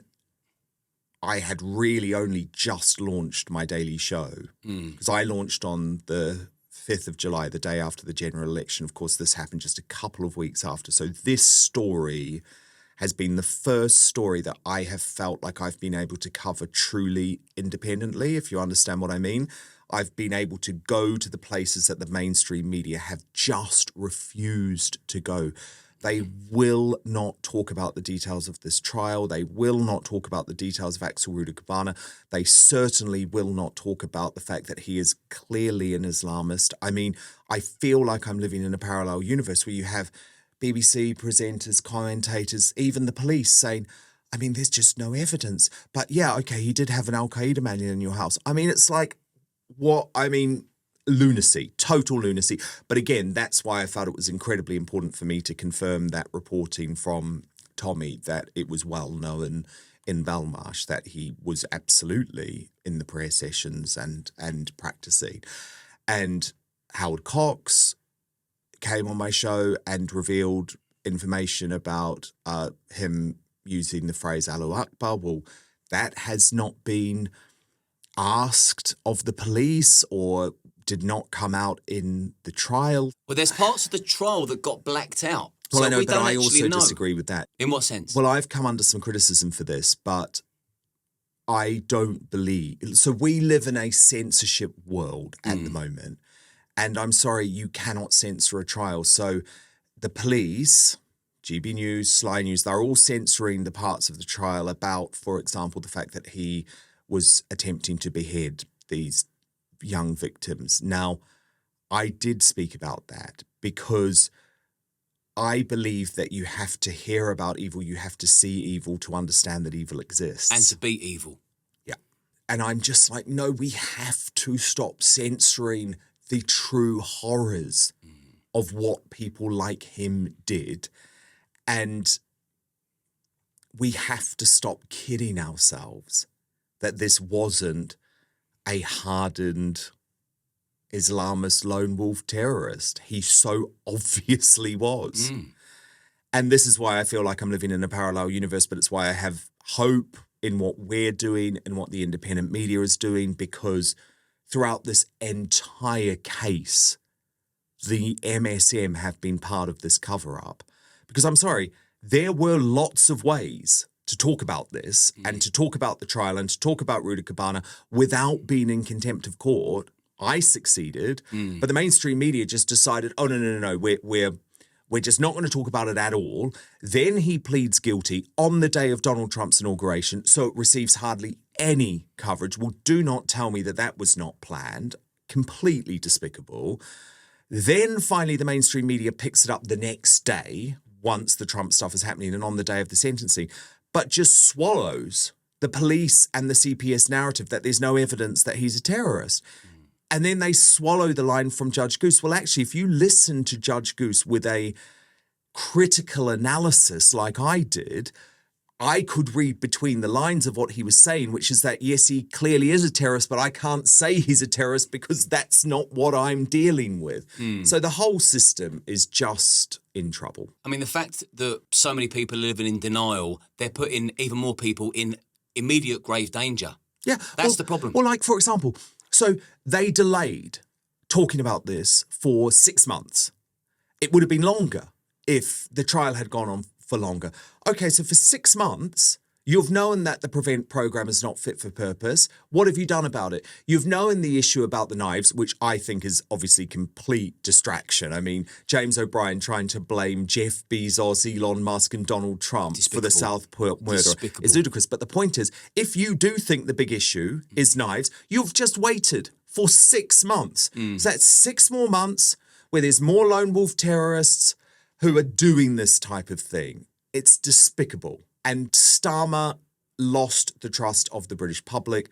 He is completely despicable. We know that, don't we? This is an enemy of the British people. We know Starmer is an enemy, but there's still a fraction of people that believe he's the right man for the job, which just blows my mind. But I mean, no Prime Minister has gone from such a high to such a low.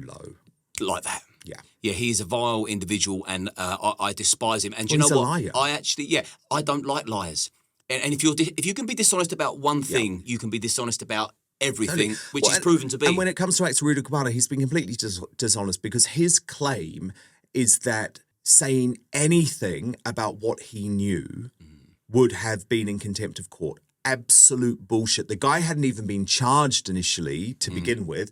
Then you're deriding everyone as far right for speaking the truth about this. And now you admit, oh, no, I knew everything, but actually I couldn't say because I would have put the trial in peril. No, you wouldn't have. So he is totally despicable. Now, look, we're fighting a bit more of an uphill battle here for a whole load of reasons, partly to do with the mainstream media. They're still in the tank for Kier Starmer, whereas in America now, the mainstream media have just been defeated because they lied about Trump for so long, and they lied about Biden for so long, actually, in a very similar way, but a positive way, but they covered up for Biden. And so now people have lost faith in the mainstream media. CNN's ratings for the inauguration were down 80%. Yeah, that's huge. It's just the mass turnoff, and people are turning to Joe Rogan, to Megyn Kelly, to Tucker Carlson, to the Daily Wire, to Candace Owens, all of these people. So we now need that same revolution here. It's coming. You know, we're usually a few years behind America. So I have faith that this is coming. The next election will be our big moment. But people have to be brave. People have to call it out because the mainstream media is still going to feed this narrative that people like me or Nigel Farage, who are saying that the Southport cover-up is one of the biggest in our lifetimes, they're just taking the piss again. They think we're crazy. Do you still think Reform are the ones for the job? Well, I do. I absolutely do. It's not completely straightforward. And a bit like what I said earlier about Tommy, I am also going to be a critical independent friend when it comes to Reform UK. So I can say I've voted for Reform UK. I was Nigel Farage's colleague for 2.5 years, really know a lot about him and his good sides. I'm friends with Richard Tice. I really respect Rupert Lowe. Lee Anderson, I gave him his big platform on GB News, which led to him getting a show on GB News. You know, I personally know these people, right? And on the whole, I think they're good. And at the moment, they are the force to be reckoned with. But what they seem to want is total slavish positivity, no matter what. And I'm not going to be that. I'm not a propagandist. So, for example, when it came to Nigel's comments on Tommy Robinson, I called him out and I put both sides of the argument, which I believe is my job. So a bit like you, I want unity on the right badly, but that doesn't just mean not challenging Nigel sometimes, because he's going to have to be challenged, because otherwise what we're going to get is just Tory Party 2.0, and we can't have that. So we need mass deportations. We do need to have a national discussion about Islam and the fact that the changing demography of the country provides a real threat to what we believe in, our way of life, including, by the way, my actual existence as a gay man, for example, or if you're a woman, your actual existence as a woman who can be part of society. Sharia law is sweeping parts of this country. We do need to discuss that. So what I would say, because, you know, I get criticism from both sides. I get lots of Reform UK people saying to me, Dan, you shouldn't be talking about Tommy Robinson at all because this is just weakening Nigel and you've got to be more pro-Nigel. And I'm trying to say I am pro all of these people. I am a critical friend of all of these people. I think they all have a role to play. Tommy Robinson, Nigel Farage, and Elon Musk. They're not going to agree on everything. But what we have to try and do is push this to a place where there can be unity, but also if Reform UK is going to be the vehicle and are going to end up in power, which I think is the most likely thing, then once they're in power, they have to fundamentally change the country. So, for example, I feel a bit concerned that Reform UK, and this is quite a niche issue, but are rowing back on the idea of proportional representation. Whereas for me, proportional representation is absolutely critical to change the system, right? Because it's the only way that we're not going to keep having wasted votes. And it's the only way to smash the uni party. Because you don't just want to end up with Reform UK with the same sort of unbridled power as the Conservatives who talk the talk, but never actually walked the walk. What did you think about the theory from the left of Elon Musk zig-hulling at Trump's inauguration? The dishonesty is awful. And this is where I realise how far the right in the UK have to come from a media perspective, because I saw Camilla Tominey of GB News and the Daily Telegraph criticising Elon Musk and buying into the idea that he'd just come out as a Nazi at Donald Trump's inauguration. I saw Patrick Christie, someone sent me a clip of him doing the same thing on GB News, and I just thought, wow, we've got a long way to go. We have a long way to go, because there's still a lot of people who are broadly good people. Do you know what I mean? Patrick Christie's, Camilla Tominey, broadly good people. But be braver and see through the bullshit. Just because something is on CNN does not make it true. In fact, it is much more likely to be untrue. And this is why I love Musk. He so gets that. For example, Wikipedia. I've learned Wikipedia is such a vile force. It is completely left-wing. It will run propaganda, certainly about me and my false allegations. Wikipedia became like a totally inaccurate perception of me. Now, everyone uses Wikipedia and thinks that Wikipedia is fair and balanced. It's not. So that's why I like Musk. It's like we have to be fighting a lot of big forces here. Do you see what I mean? It's not enough to just slightly shake things up. It's like there has to be a total revolution of British politics and of the British media. People have to remember that we're dealing with people that will use anything they can, least of all facts, to win an argument to suit their narrative. Now, Narinder Kaur, for example, Yes. I see you two go back and forth on X. I used to be the same with her. Then she blocked me. I've got her number. I'm keen for her to come on. Oh my God, I want her to come on, because I know lots of people would say no, but I would love to watch that. I probably won't even challenge her much. I'll just let her run with it. And I'll even put a disclaimer out saying, but you know what? I want to get to find out how you've come to this stage in your life and this mindset. It's been published that 1 in 12 people living in London are here illegally. Narinder Kaur takes to X, but a lot of people on the left do the same thing. Make a video. I'm in a pub. There's no illegal immigrants in here and the pub's full. The headlines are nonsense. It's like, no, please. Well, she actually said the pub's full of white people. Well, I didn't want to say this because I don't want to put her off coming on, but she is a race baiter and she certainly comes across as the racist one, but I'm sure I will drop her guard down and try and find out who she really is. But illegal immigrants don't go to pubs and clubs. No. The Narinder thing's interesting, though, because I am slightly responsible, and a lot of people won't be happy to hear that, but I'll just be totally honest about my history and background with Narinder, because Narinder and I actually became friends in the showbiz and entertainment world, because that's our history, right? So this was like about, I don't know, 2013, so 10 years ago or something. We ended up at a birthday party for a then close friend who was big in the showbiz industry. It was the first time we'd met, and there were people, you know, like, I don't know, showbiz type people, Mylene class, people like that at the party. But Narinder and I really connected, got on incredibly well. She's actually a really fun person to be around. Didn't raise politics once, didn't talk politics once, not a word. Then she approached me, I'm pretty sure, but we were friends. Do you know what I mean? Friends, like not see each other all the time, but, you know, like each other's pictures, fond of her, great company. And she's, honestly, you would go out with Narinder and have such a laugh. You know, I find her hilarious. I know other people don't. It breaks my heart when I read her tweets. But I find them funny, but ridiculous. And I will always push back, of course. But I was the one who said, okay, let's have her on GB. Let's do it. Let's give her a go. So I am responsible for the reinvention of Narinder Kaur as a left-wing commentator. And boy, has she run with that. Oh, she's run with that. Yes. I find her entertaining but consistently wrong. I guess I always think it's better to listen to these people to expose them. Daylight is the best disinfectant. I'm really prepared to have conversations with her. Where I found it interesting the other day, though, and I did reply to her and I said, what about me?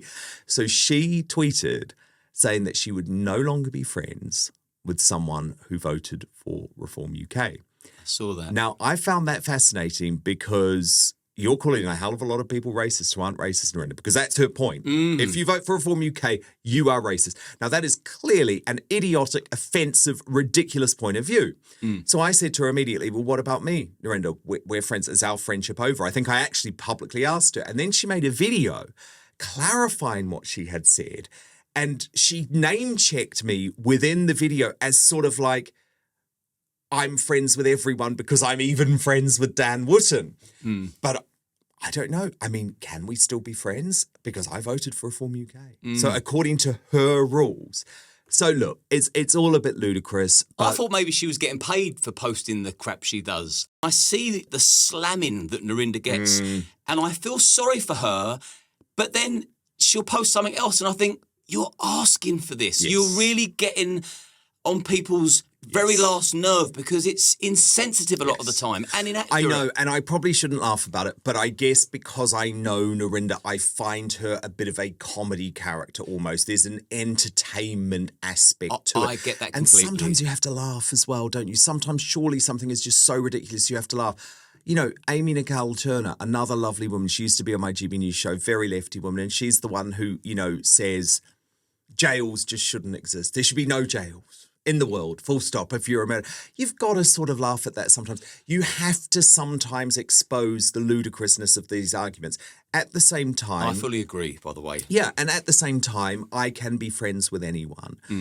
I am not someone that would not be friends of someone because of their politics. But here's the thing, Liam, it is always those on the left who cut people out because of their politics. The number of people who have cut me because of my politics. Now, I'm sorry, if you go out with me, right, we're not going to necessarily talk politics the whole night. Very often, not at all. In fact, who wants to all the time? It's fucking depressing Yeah, because at the I moment. do it for my job, so I don't necessarily want to go out and talk all about it. Yeah. But if you can't be friends with me because you are so weak, that's what it's about. It is about a weakness and a fundamental insecurity. And that weakness and fundamental insecurity is felt on the left. So my view is let's be better than them. I can be friends with one of you and we will change your mind eventually because your point of view is so insane. You are literally overseeing the destruction of our country. So we will win, but I'll still be friends with you. Yeah, they If don't, you're a good person. Yeah, they tend, like you say, just shut you off and no discussion, no debate. Because I'm actually desperate to get a staunch leftist on the show. And, well, you know, you've sat here with me today. If I keep challenging everything someone says, they're going to shut down on me, there's going to be no discussion, and I'm not going to get into their mind, and the audience aren't going to find out what they're all about. So I am desperate to get a staunch leftist on the show, and I'll just pepper them with questions, sit back, no matter how ludicrous I find it, which we know I will, 90% of it, but I'll sit there and then I'll ask them, well, why do you feel that way? What's led you to that conclusion? I'll be fair and say, you know what, thanks for giving me a point of view. We'll let the audience decide. But they don't guarantee you. They won't come on. No, they won't. So I have had Narendra on once, and I had Narendra on because I thought she needed to be called up because, I don't know if you remember, but she was very critical about the appearance of Catherine, the Princess of Wales, and she said she looked old and like a smoker. And yeah, that was this terrible. was just after. But she calls people out for doing exactly the same thing. The hypocrisy is insane. Well, yeah, there was no mention of the fact that she had just gone through months and months of grueling chemotherapy after a cancer diagnosis and a really serious stomach operation. So what I did is I brought back a segment that I used to do on GB News called The Clash, where I had Narendra Kaur versus P. Dina, who's a royal YouTuber in the US, and they went at it. And actually, I think in the end, people understood that was a good conversation to have. But what I don't do on my show is I don't do that every day.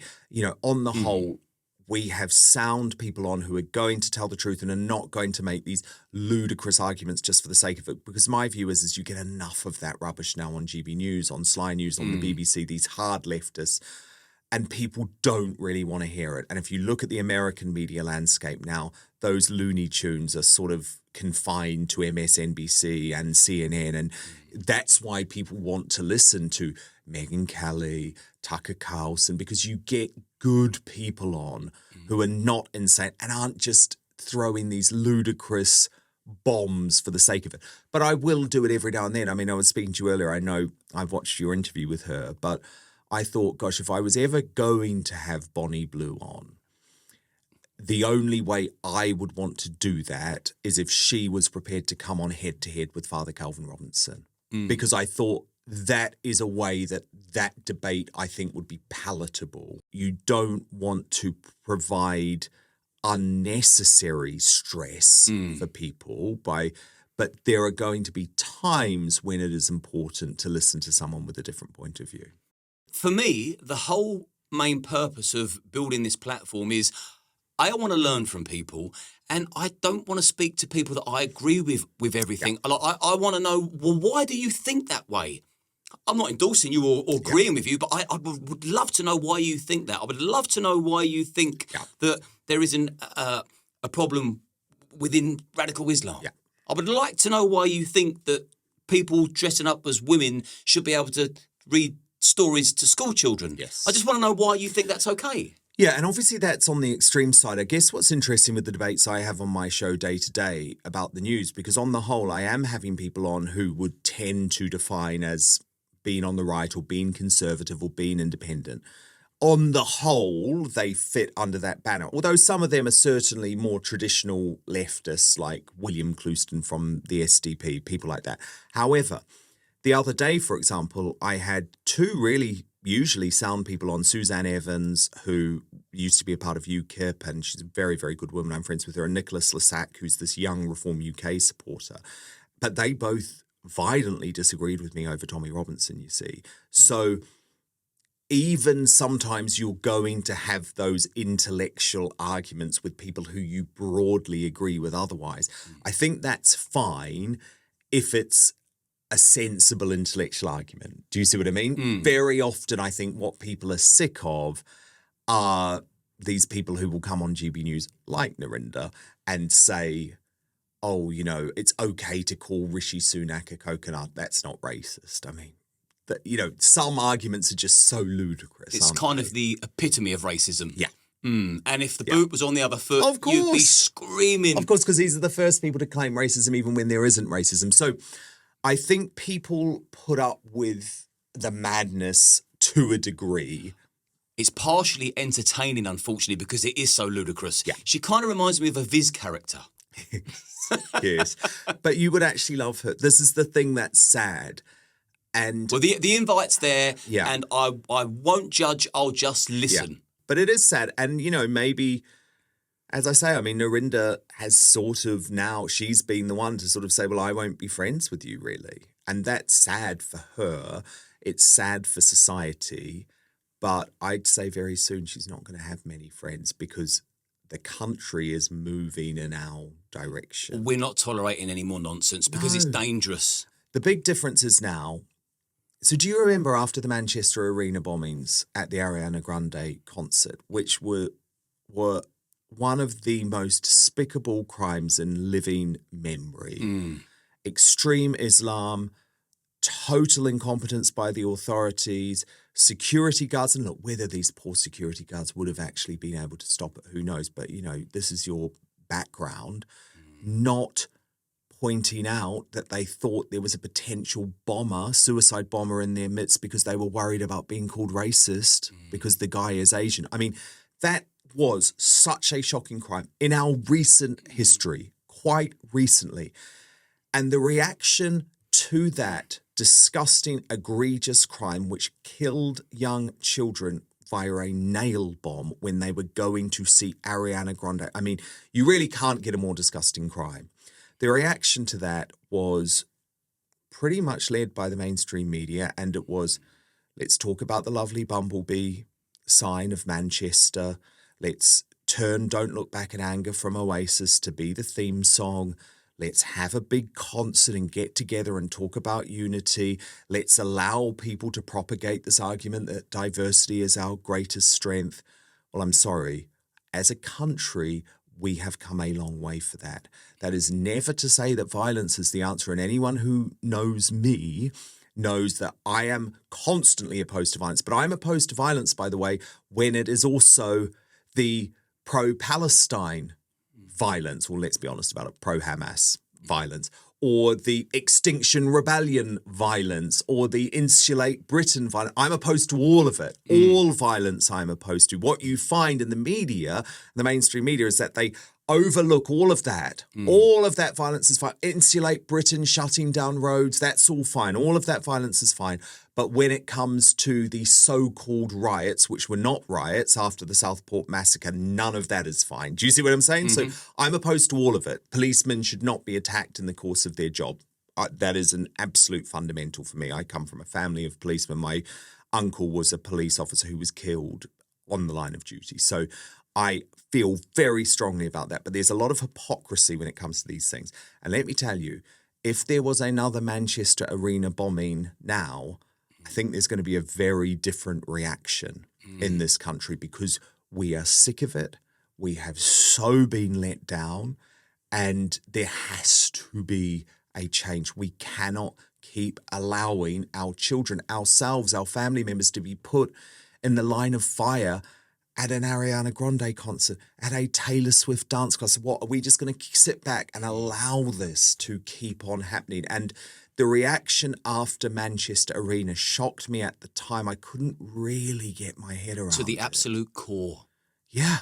But now I'm like, no. The country would not react that way. The idea that we'd all come together for a concert. No. You know, people like a catchphrase and it's easy to remember. And I think people working on the front line, if they just keep these 3 simple words at the forefront of their mind: cowardice kills kids. And you get my meaning. If you're a coward and you're not going to call something out because you're afraid of being branded something that could potentially lead to the death of children, cowardice kills kids. You do not want to be part of that. You do not want to be remembered as the coward that could have prevented the death of a beautiful, innocent child. And I agree. And for me, you said it's sort of my domain because my history is security. 10 times out of 10, not 9.9, 10. Safety first. Fuck everybody else's opinion on how I approach the situation.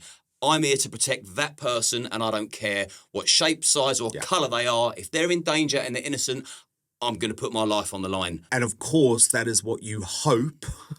Yeah, and pray. And what you pray everyone trying to protect us thinks.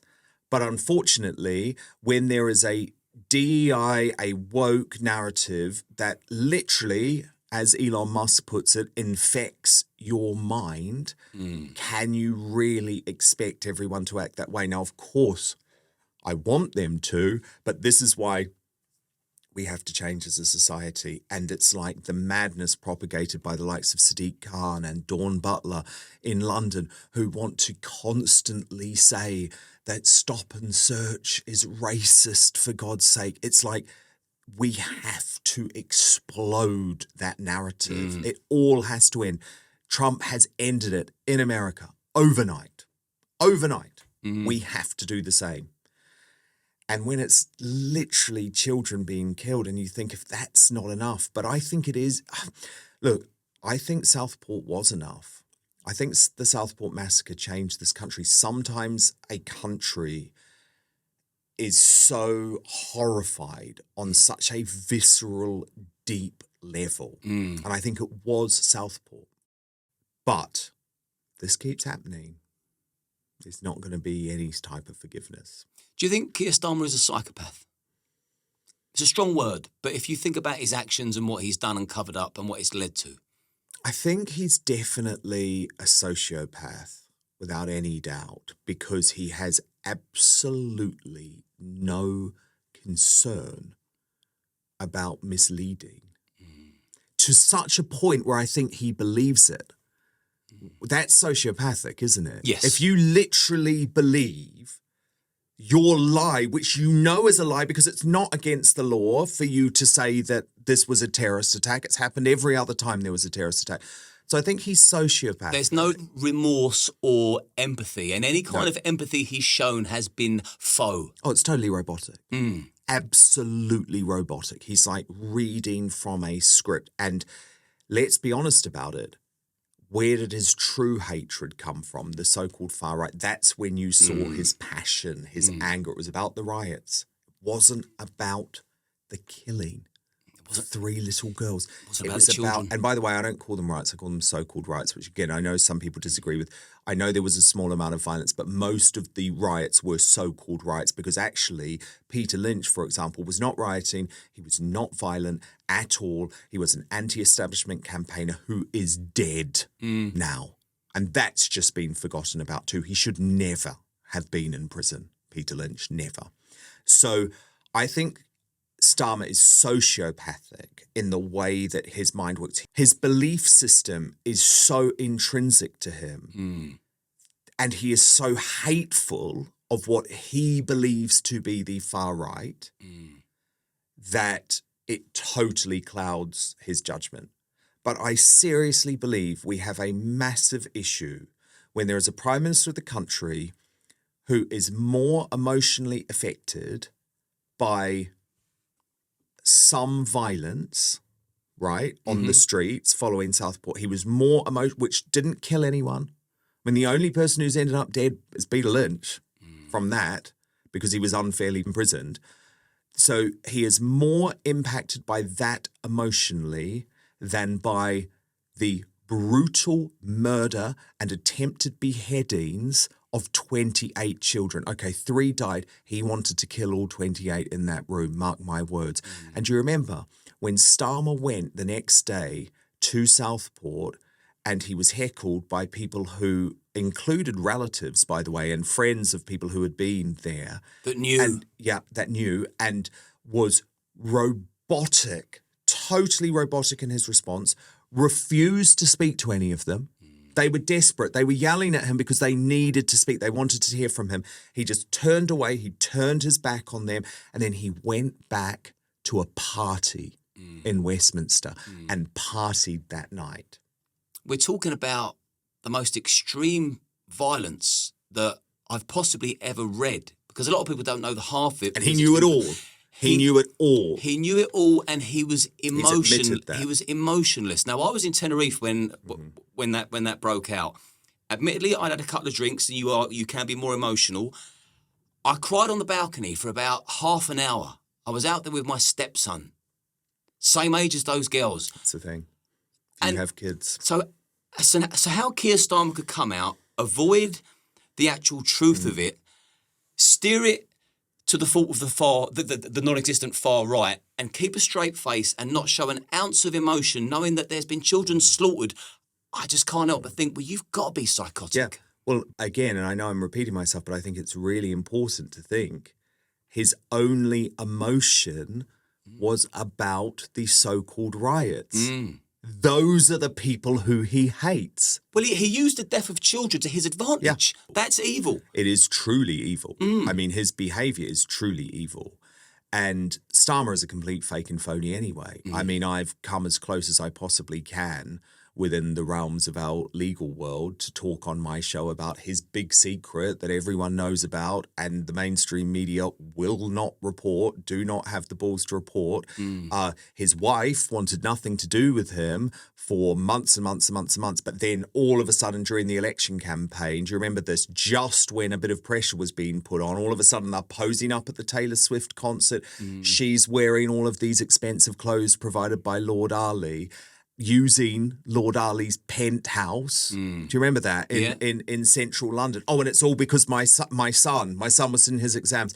Your son, who previously you have not been prepared to name, and we still don't know the truth about Starmer and his family situation, even though he's the leader. So this is a guy who is absolutely not an honest broker, and I think we've seen that. Very difficult, isn't it, when you know that you have a leader who's not only honest about himself, is not honest about patriots in this country, and actually hates a lot of us, hates us to his core. Yeah, completely. And you saw that after Southport. His hatred was not about Axel Rudakabana. It wasn't.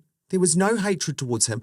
The hatred was all to the white working class people who were out on the streets absolutely furious. Now, again, Liam, I repeat, I don't support violence. My whole career, you know that, right? Nothing in my career suggests that I've ever supported street violence. I don't. But Peter Lynch was not a rioter. He was not. Most of the people were simply protesting. And the protest is something that Starmer thinks is absolutely fine when you're talking about Extinction Rebellion. I know the journalists that were recording Peter Lynch during the protest, and he was just talking about the protection of his children and his grandchildren. Yes. No violence. Well, I've seen the video, you know, and the video quite clearly shows that there was no violence. Yes, there was a verbal altercation with a police officer. Well, all I saw with my own eyes was Peter Lynch on the floor. And this was not a violent man. I mean, this is someone who'd protested throughout all of Brexit. For example, he had his sign, and his sign was anti-establishment. It was anti the fact that the globalist organisations were attempting to overturn Brexit. So Peter Lynch should never have been in prison. The fact that he's ended up dead is something that should bring great shame on this country and this government and this Prime Minister. But there have been loads of people who were arrested and have ended up in jail with lengthy sentences for actions that were not at all violent. Now, I'm sorry, that is a complete double standard. It is completely two-tier policing, because we've all seen with our own eyes the violence from the pro-Hamas protesters through the streets of London. And how long did that go on for? Virtually every weekend for months and months and months.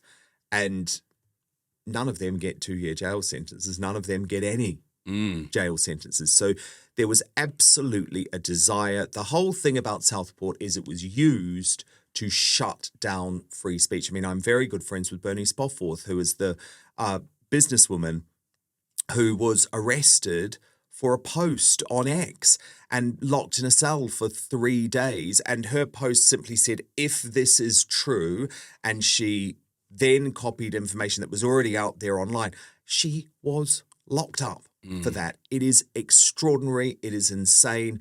I speak all the time on my show about Lucy Connolly, who is the wife of the Conservative politician Raymond Connolly. She got a hefty sentence, 2 years. 2 years. Julie Sweeney, a grandmother, a carer, who simply posted to 5,000 people on a Facebook group. Yes, it was probably maybe a little bit too far.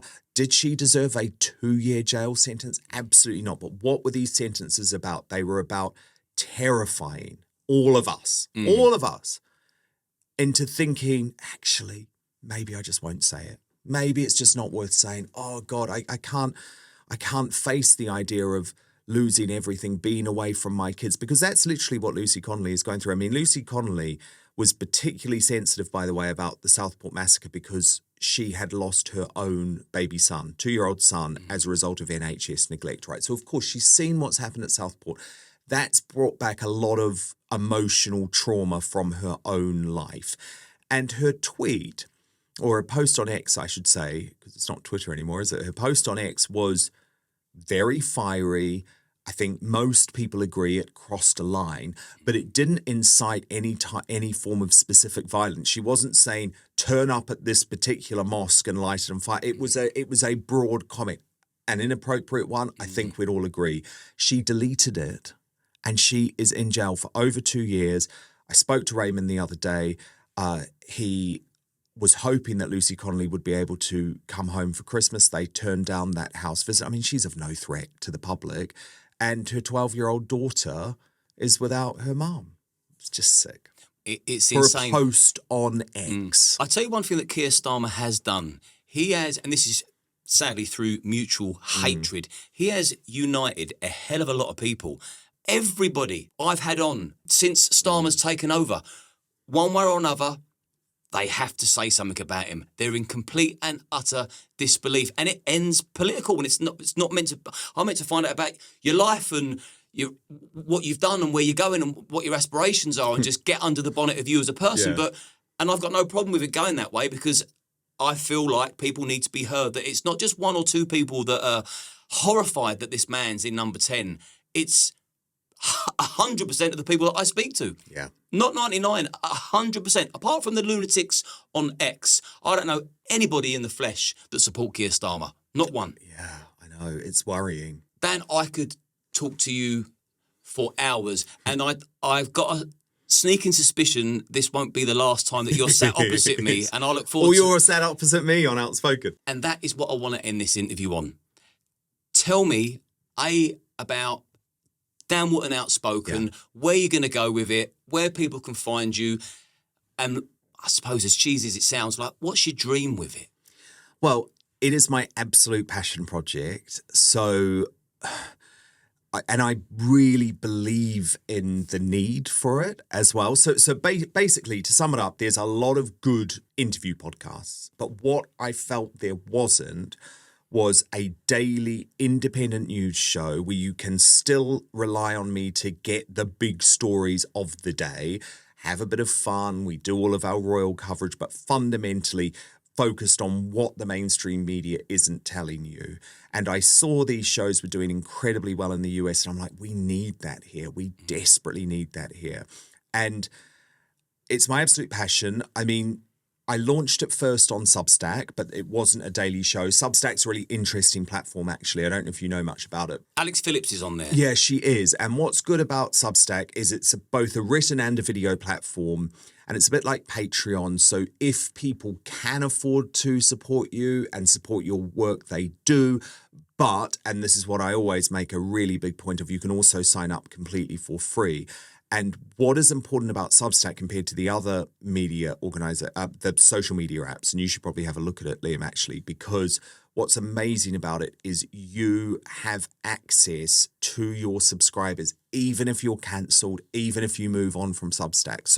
So what it means is that, so just say I'm cancelled from every other platform, as long as you follow me on Substack, and you just have to enter your email address, that's it. And I don't spam people or anything like that. You get a couple of pieces of content from me a week, usually like some type of essay or a big reaction to a breaking news story or something like that.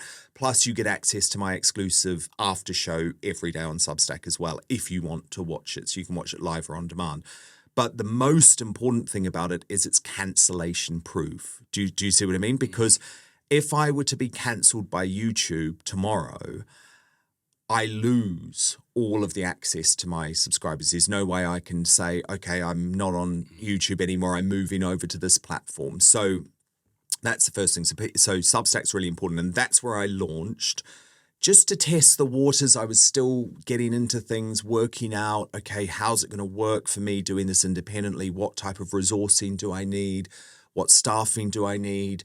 You know, because I'm doing it 5 days a week. So we're doing about, close to 2 hours of content 5 days a week. So it's a lot.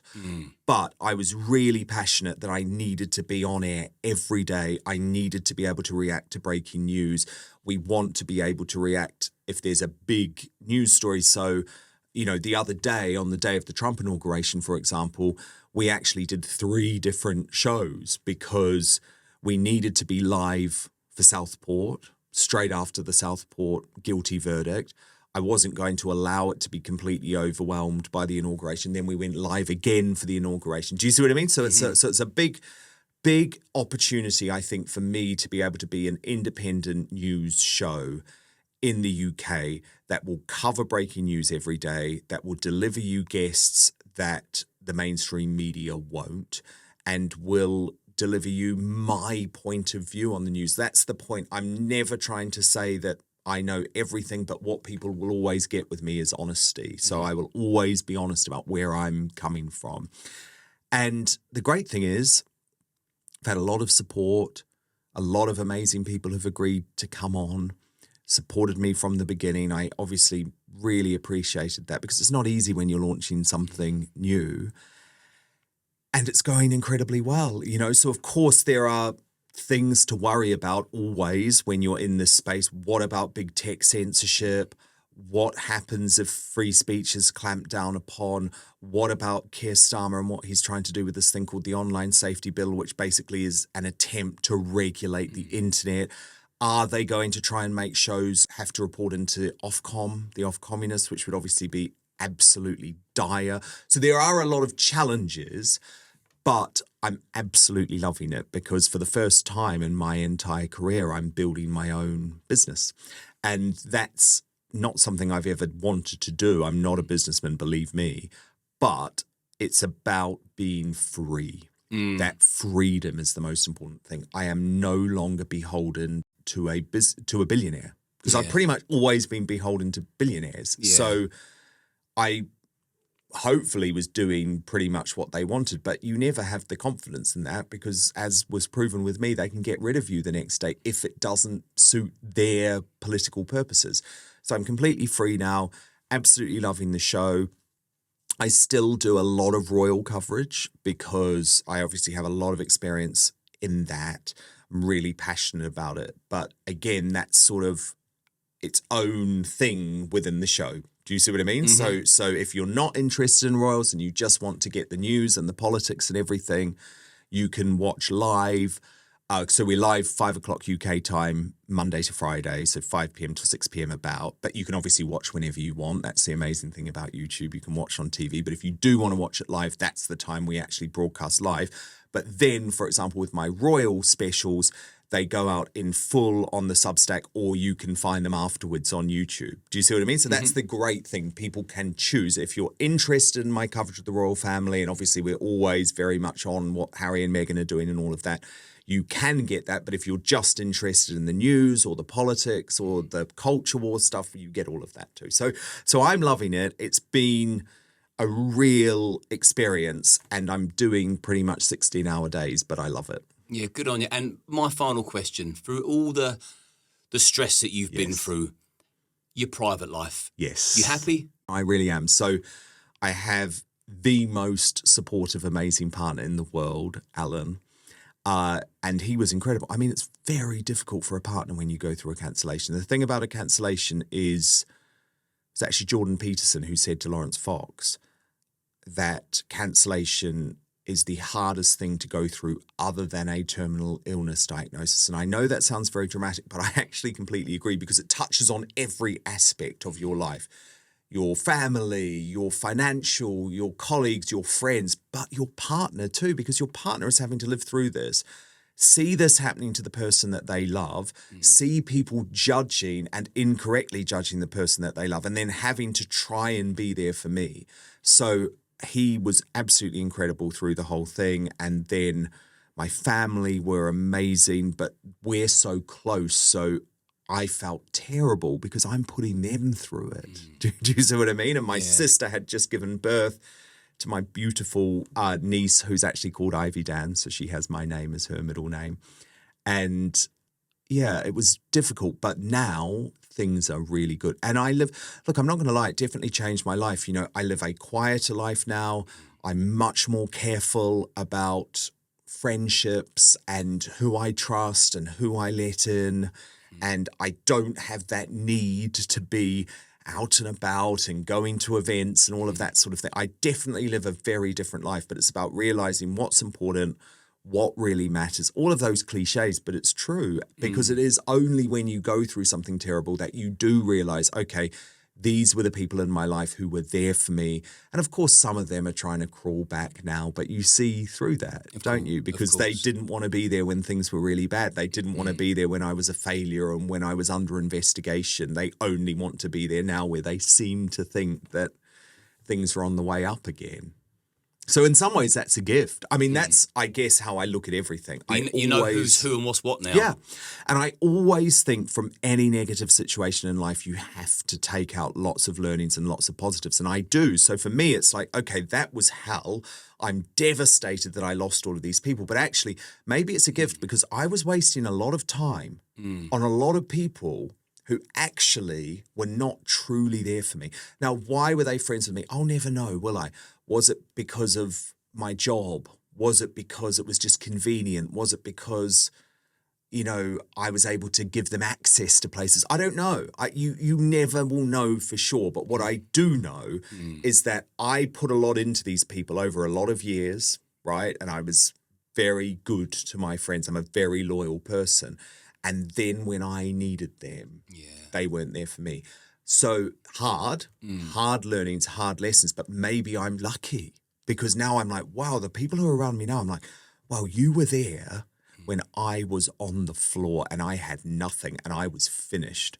So that means I can trust that you are only going to be there for me for the right reasons. And I love you for it. And I will also forever be there for you now. Do you know what I mean? If you ever need anything for me, oh my God. Because I am a fundamentally loyal person. And so I think that's something that was very hard for me to see people not express loyalty to me, because I'm all about loyalty, right? If I am your friend, I am your friend, and I'm going to be there for you, and I will visit you in prison, and I will be there when you've divorced your husband or what. I'm really loyal. I just believe in loyalty in everything that I do. Like, I'm loyal to the musicians that I love. I just really believe in being loyal. So it was a hard lesson, but then maybe also a good lesson, because now I am surrounded by people who are loyal. Well, that's lovely. And that's a lovely way to round up a really interesting conversation. And long may your happiness and your truth-seeking continue. And I, for one, will be, I'll be supporting you, mate. Well, I have to get you on Outspoken now. All right, then. That's a promise. Cheers, Dan.